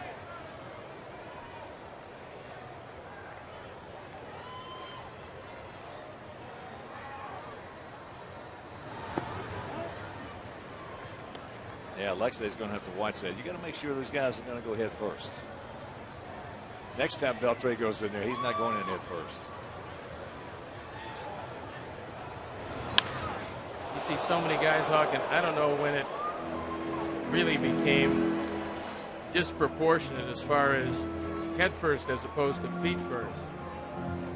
But it used to be that most guys did learn how to slide on both sides. It was an art to sliding. The hook slide, the fadeaway slide, and then all of a sudden they went to the head first one. And the only one that really bothers me is that head first into first.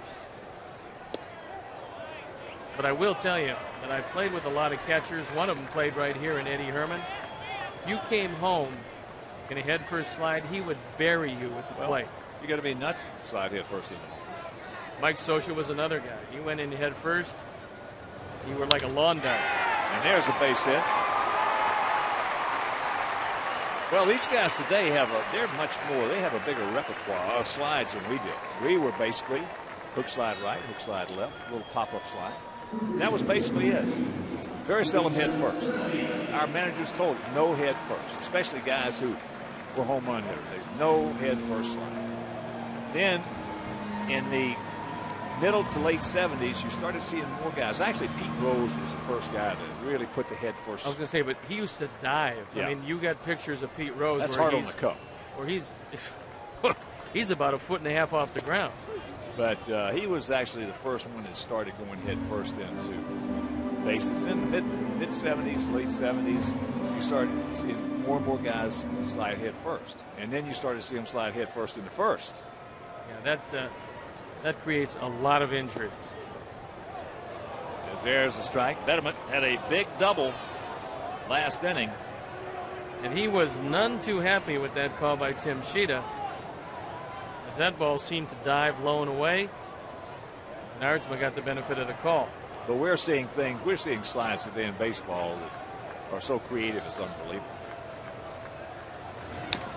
Just got a piece of that one. We're seeing guys slide by the bag all of a sudden and reach back and grab it. All kinds of creativity out there, which I just love. I mean, we didn't have that creativity. As I said, it was basically three slides. Hook slide left, hook slide right, pop up.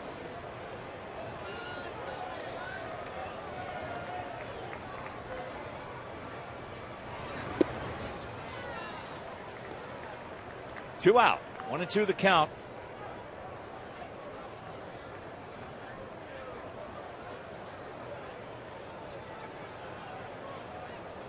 Gap out there in right center.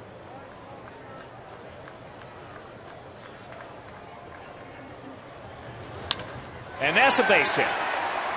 Hit by him. Down into the corner. A.J. now is going to be held at third on the double by Betterman. Well, Jeff Cox has taken a look down into that corner. And what he wants to see is that ball kickoff. Can Ballantine juggle it or have it go by him for just an instant? But when he played it cleanly, got the relay throw in, there was no way that Jeff could have sent A.J. on the play. No. So a couple of hits for Betterman. Doubles in successive innings. And I know that Coxie wanted to score him, but right there it's cleanly played. The relay is right where it has to be.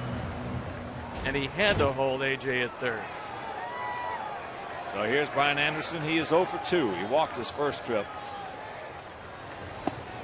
Brian's got to be looking for first ball fastball. Especially from a guy that can't get anything else over the plate. Right.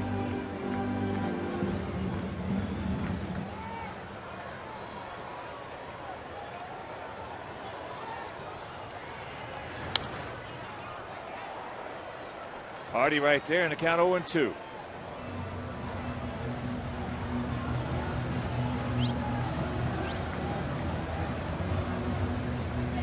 What they sit right here would possibly seal the deal. Especially with a fairly rested Linebrink and Jenks, and Ryan Anderson looks like he hurt himself on the last swing. Going about it like it's an oblique. And that's what we talked about before the game, Hawk, is that particular injury that we're seeing more and more of in the major leagues. We're going to take another look at it, and I got to believe that Anderson's going to come out of this game. You can see the torque and all of a sudden the expression on his face.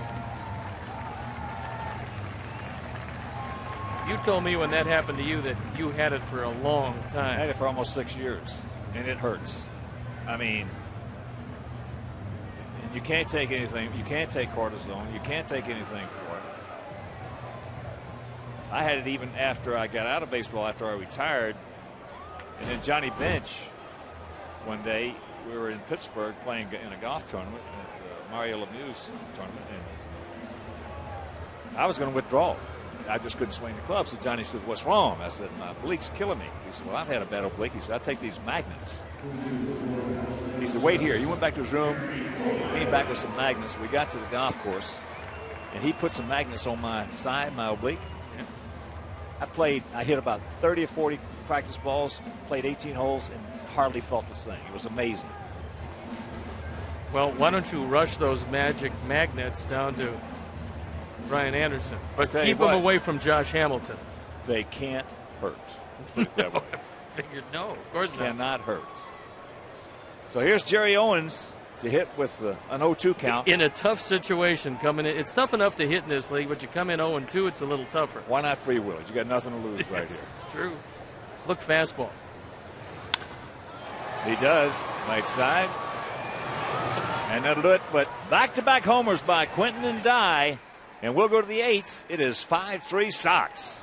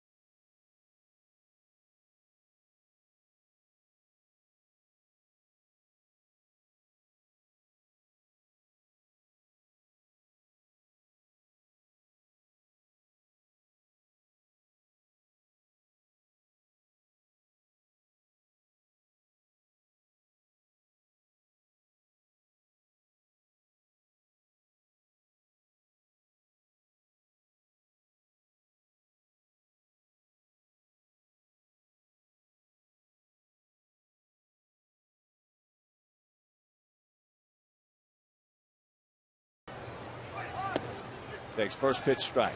Wakamatsu has a couple of 300 hitters on the bench. One left-handed, Andy Chavez, and one right-handed, and Mike Sweeney. Both hitting above 300 and both very dangerous.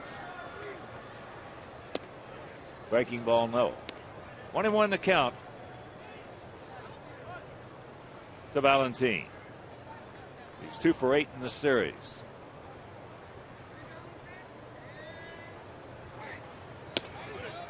There's the strike, and the count 1-2. If you're just tuning in, 3 home runs in the ball game.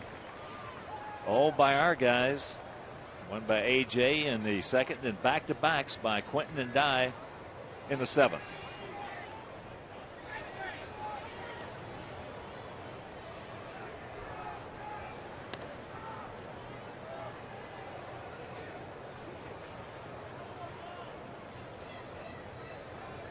Outfielder straight up and spread out.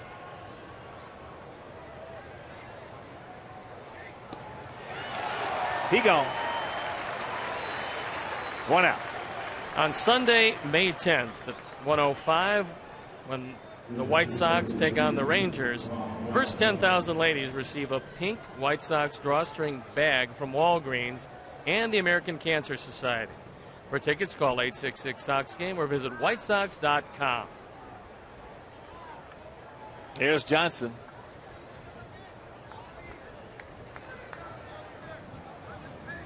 Rob is 0 for 3. Takes first pitch strike from Lineberg.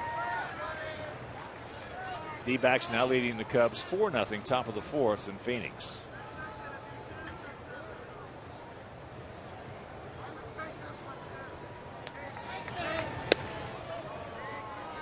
That breaking ball outside, and the count evens at 1. Well, in our league, we have B.J. Upton. And the Diamondbacks have Justin Upton, who was a #1 draft choice, first player picked in the country, and is going to be just a wonderful player. He's still just a baby. Yeah, and a fairly large one at about 6'2", 205. Yeah. And both of them can fly. I think eventually Justin's going to have more power, but the Upton family is well represented in the major leagues. 1-2. Flares that one. Souvenir right side.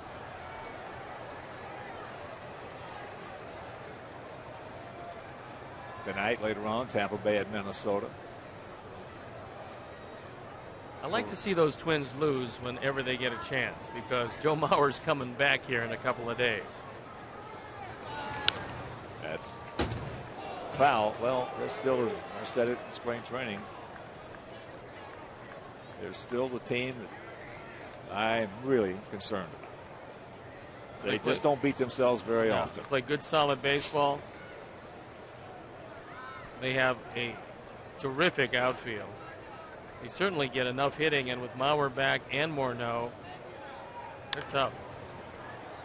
And they got a terrific skipper. Ron Gardner, maybe as underrated as any manager who's had the kind of success that he's had. Not underrated anybody in baseball. No, I mean, if you know and you're inside the game, you realize how good he has been. He likes it like that. He likes being underneath the radar publicly. He was a disciple of a pretty good guy in Tom Kelly. A 1-2 pitch.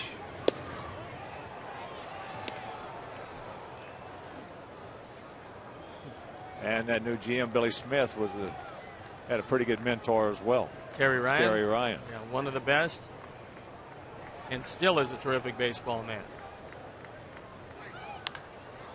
Can of corn. 2 down.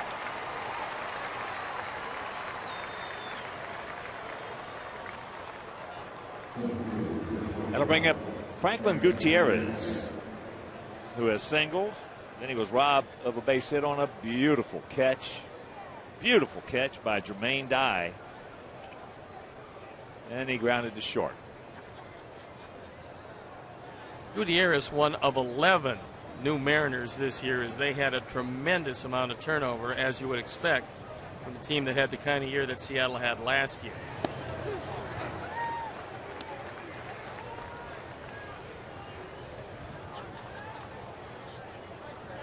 They had 18 guys depart from that team last year.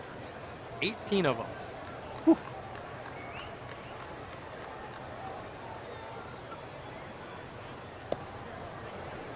Mariners coming into today 2.5 games in first place in the West.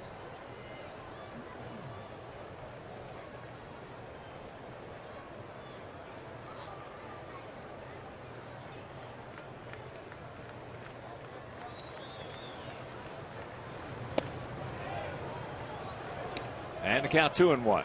So 2 balls a strike, 2 out here in the top of the 8th inning, and a 5-3 Sox lead.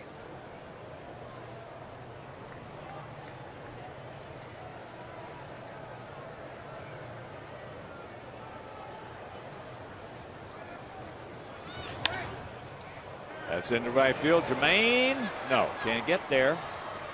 So Gutierrez picks up his second hit, and that'll bring up Yuniesky Betancourt. If this one stays up a little bit longer, it's the exact same play that Jermaine made in the 4th inning on a ball slicing away from him, only that one would have definitely been 2. This time Jermaine has that ball fall in front of him and holds Gutierrez at first. So Betancourt 2 for 3 in this game. Had an infield single last time. That was in the 6th inning.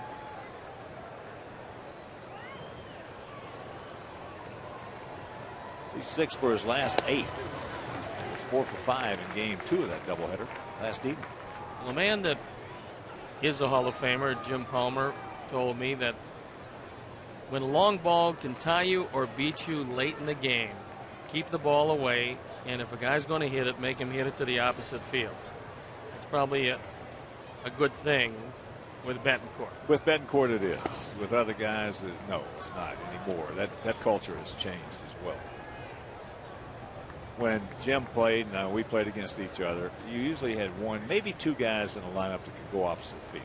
Now there's a few. Now there's 5 or 6 or 7 in every lineup. Can do it, yeah. Well, the parks are a little smaller these days. All those factor in. As there goes the runner, and that pitch fouled away. So the count 1-2. The ball's a little livelier. The park's a little smaller. So you put all those elements together, and you've got yourself. Everybody can go opposite field now. Now the old saying, pitch them away, play them away, and pitch them away. That's almost obsolete. Bobby Jenks ready to go in case Scott Linebrink has any further difficulties.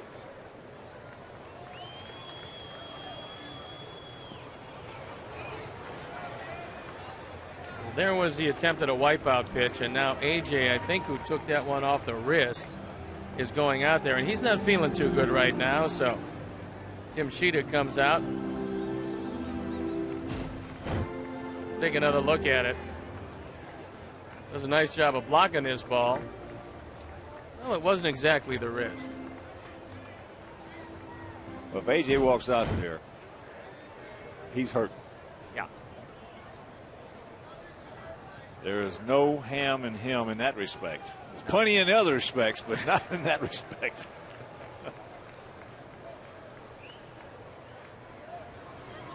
So the 2-2. Ryan is yet to get a breaking ball over. We kept that ball away so that Betancourt couldn't turn on it. Well, everything that Betancourt, every time he's gotten a pitch from the middle end, he's hit it hard. Yeah. Well, he does have an open stance, and he does open up quickly. With that in mind, Betterman is on the line at third. That ball hit deep into left center field, but Jerry Owens has the bead and the ball. And that'll retire the side. We'll go to the bottom of the 8th with a 2-run lead.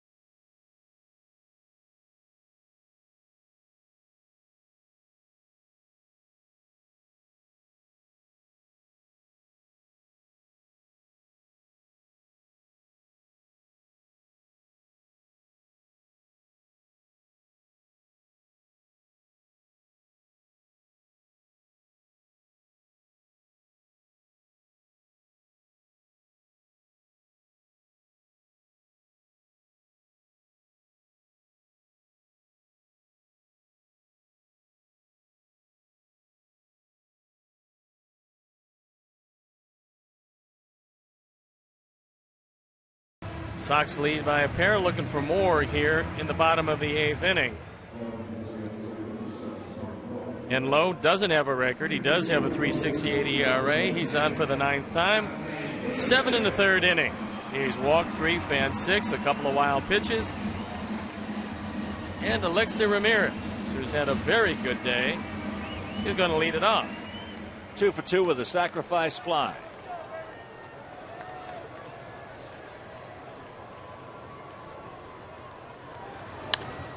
First ball, fastball hunting, and fouls it away right side. Lowe's got a good arm. That fastball in the mid-90s. There are some terrific arms in that bullpen. One of them, Brandon Morrow, who can get it up there in the high 90s.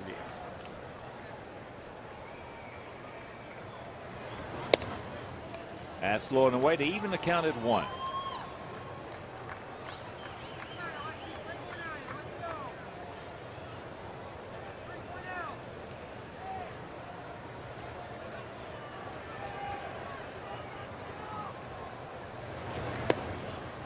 Breaking ball. So 2-1 the count.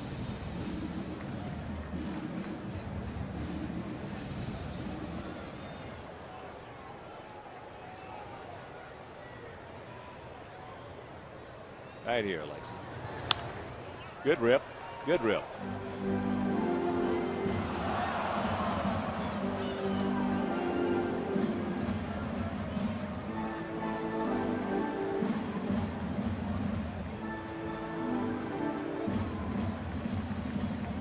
Outfield spread out. Ichiro is normal out there in right field. Breaking ball. We're going to be seeing a lot of this Seattle team. Even though they're in the West, we go out to Seattle twice, in the middle of August and again in the middle of September.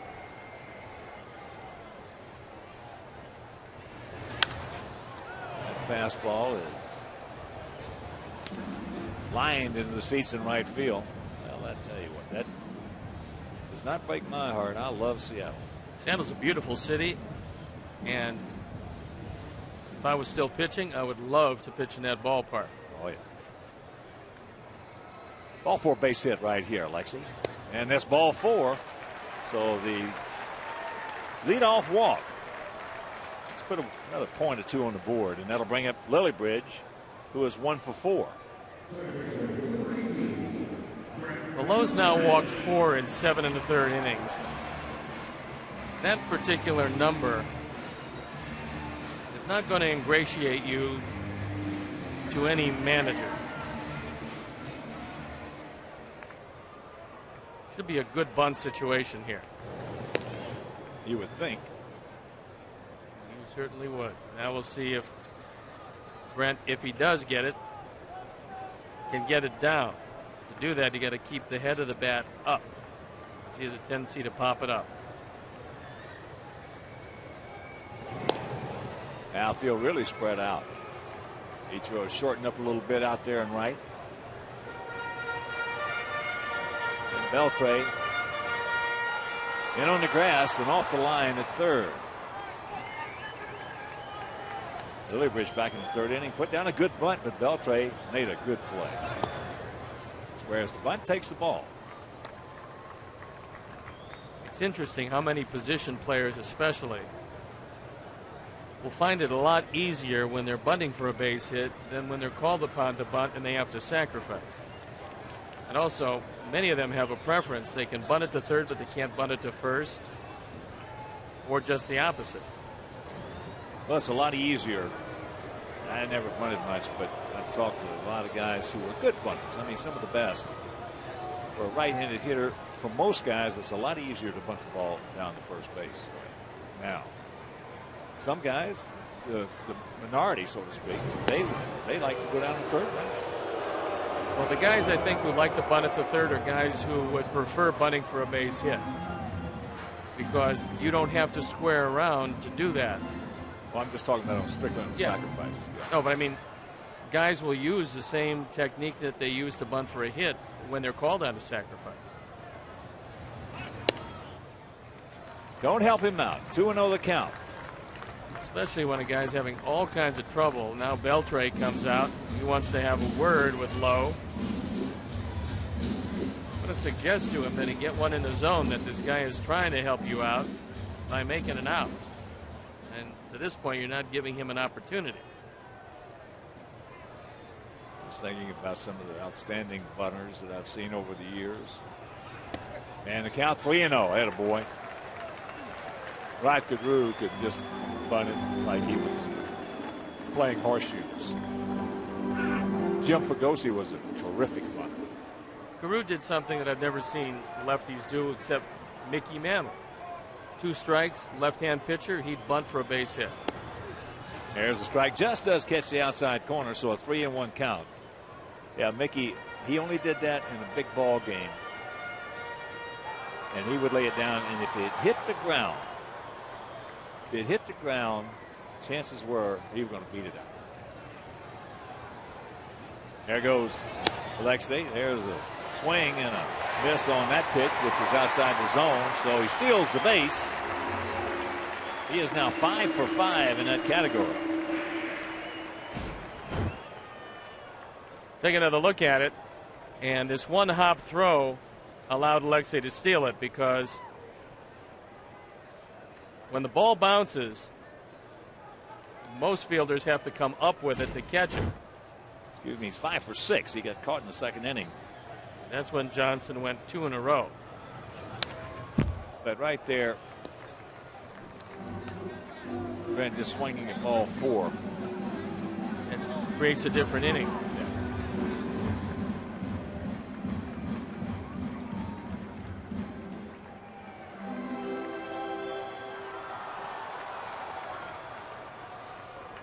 Ball 4 base hit, Brent.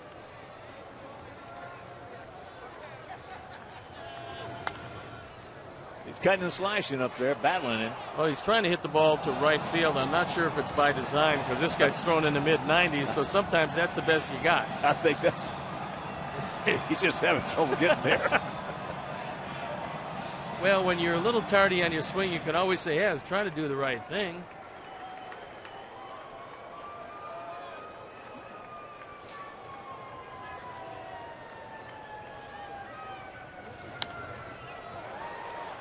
And another souvenir.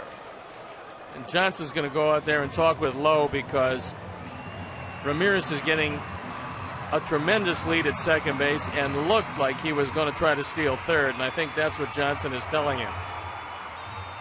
Look back there at least a couple of times. This will be the ninth pitch in this sequence. Look at that lead, and Lowe doesn't look at him at all. And it's a tremendous jump if he wants to take it. Now, Betancourt's going to jockey a little bit, just a token. And another foul. 2009 Dog Day is Wednesday, May 20th, presented by Hills Science Diet, prescription diet brand pet food, and VCA Animal Hospitals. Get your dog in game day shape. Visit PetFit.com and take the PetFit Challenge. Dog tickets are sold out. For regular game tickets, call 866-SOX-GAME or visit WhiteSox.com. So Lowe wins the battle. The 11th pitch.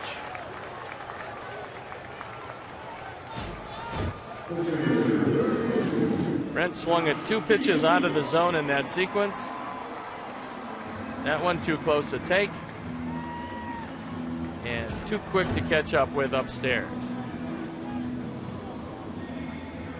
That'll bring up Josh, who has walked twice, flied to center, and struck out.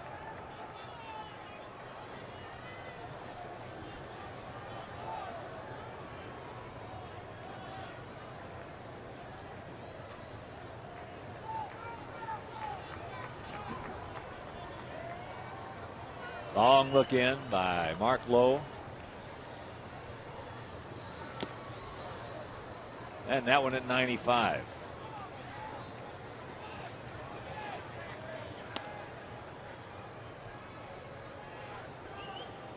Off day tomorrow. And Friday, Saturday, and Sunday, that series against the Rangers down in Arlington. Mark Burley on Friday against Brandon McCarthy. That game over Comcast Sportsnet. Saturday, Jose Contreras against Matt Harrison. And that game right back here over WGN.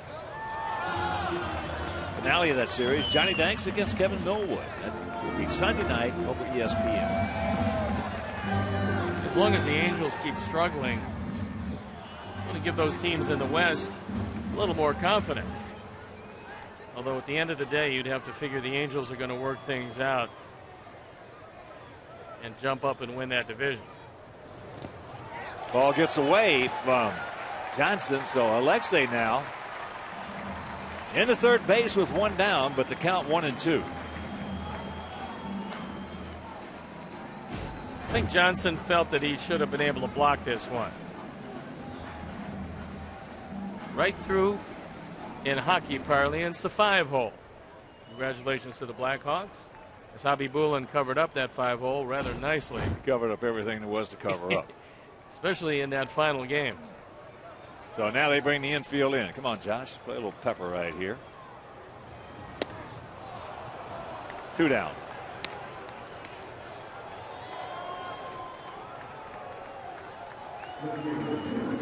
So that'll bring up Carlos Quentin. Carlos is 1 for 2. He's been hit by a pitch twice. Robbed of a base hit on a beautiful play by Vladimir Valentin in left, and then he homered to give us a 4-3 lead with 1 out last inning.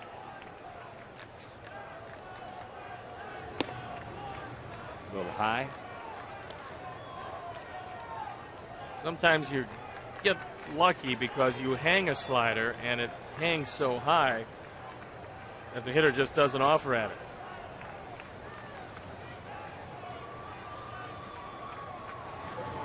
And there's a base hit. Nice. 2 out hitting right there by Carlos Quentin. Alexei scores, and it's a 6-3 lead. And sometimes you hang one that hangs right in the middle of the plate, and those are the ones that come back to bite you.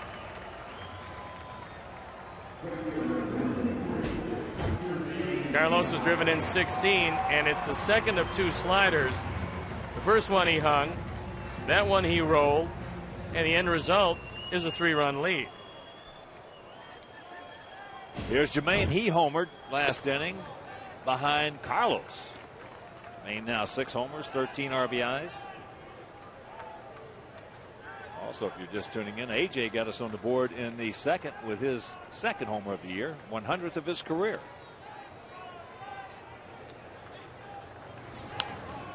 Boy, those 2 out base hits. Especially after the man in front of you strikes out, leaving that guy at third with less than 2 outs. You just pick him up. He feels better about it. And a 3-run lead for Bobby Jenks is a real good thing. He did not go.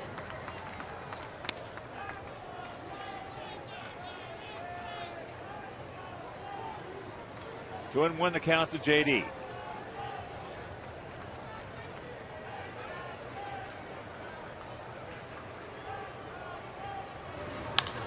That ball hit high and deep into right field. Ichiro back. Now on the track, makes the catch, and that'll do it for the Sox on the clutch 2 out. RBI single by Carlos Quentin, and they lead it 6-3.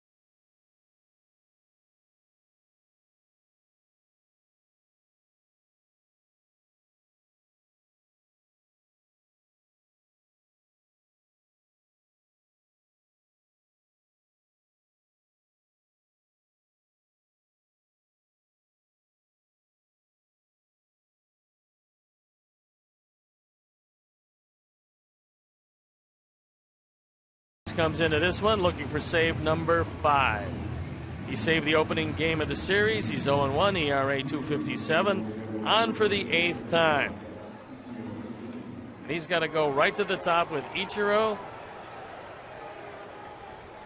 and try to face the minimum. But a 3-run lead, a lot more comfortable with that add-on run in the 8th. First out, the big out. And Bobby, one pitch, one out. Yes. Provide your guests with the ultimate baseball experience in the Jim Beam Club.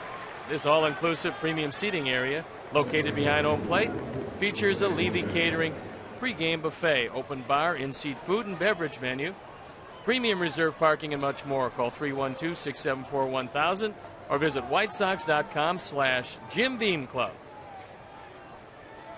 It's Bob Lanigan territory. Beautiful place.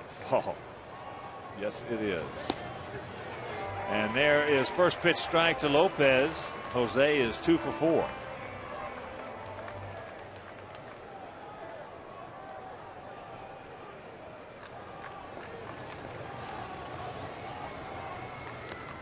And let's check out our U.S. Cellular text poll question result. Will Ken Griffey Jr. be a first ballot Hall of Fame selection? Yes, 96%, and you are right. And no 4%? That's all right. They've got their opinion. Sure. They're entitled to it. You know what those are like. Even if it's wrong. And that one got a piece of A.J. Pierzynski, who's had a great day with the bat, but he's getting beaten up behind the plate. He can use that off day tomorrow.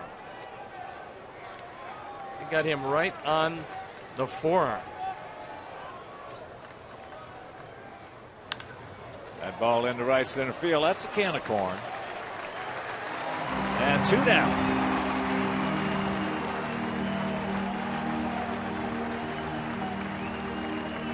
Hawk, I can't remember too many times this year when we fell behind and then came back like today with 2-2 and 1 in the final 3 innings to take it away. There has not been. No. One thing about it is we talked coming into the ballpark today. As Junior steps in. Junior's 1 for 3 with 2 RBIs. And a run scored. We just stay right where we're at. Hang in there till the warm weather comes. And mid-May, we'll be just fine. We'll be just fine. And the count 0-2. So Bobby's the rushing. Mariners down to their last bullet. Bobby's rushing up there at 95 today, so he must be feeling pretty good.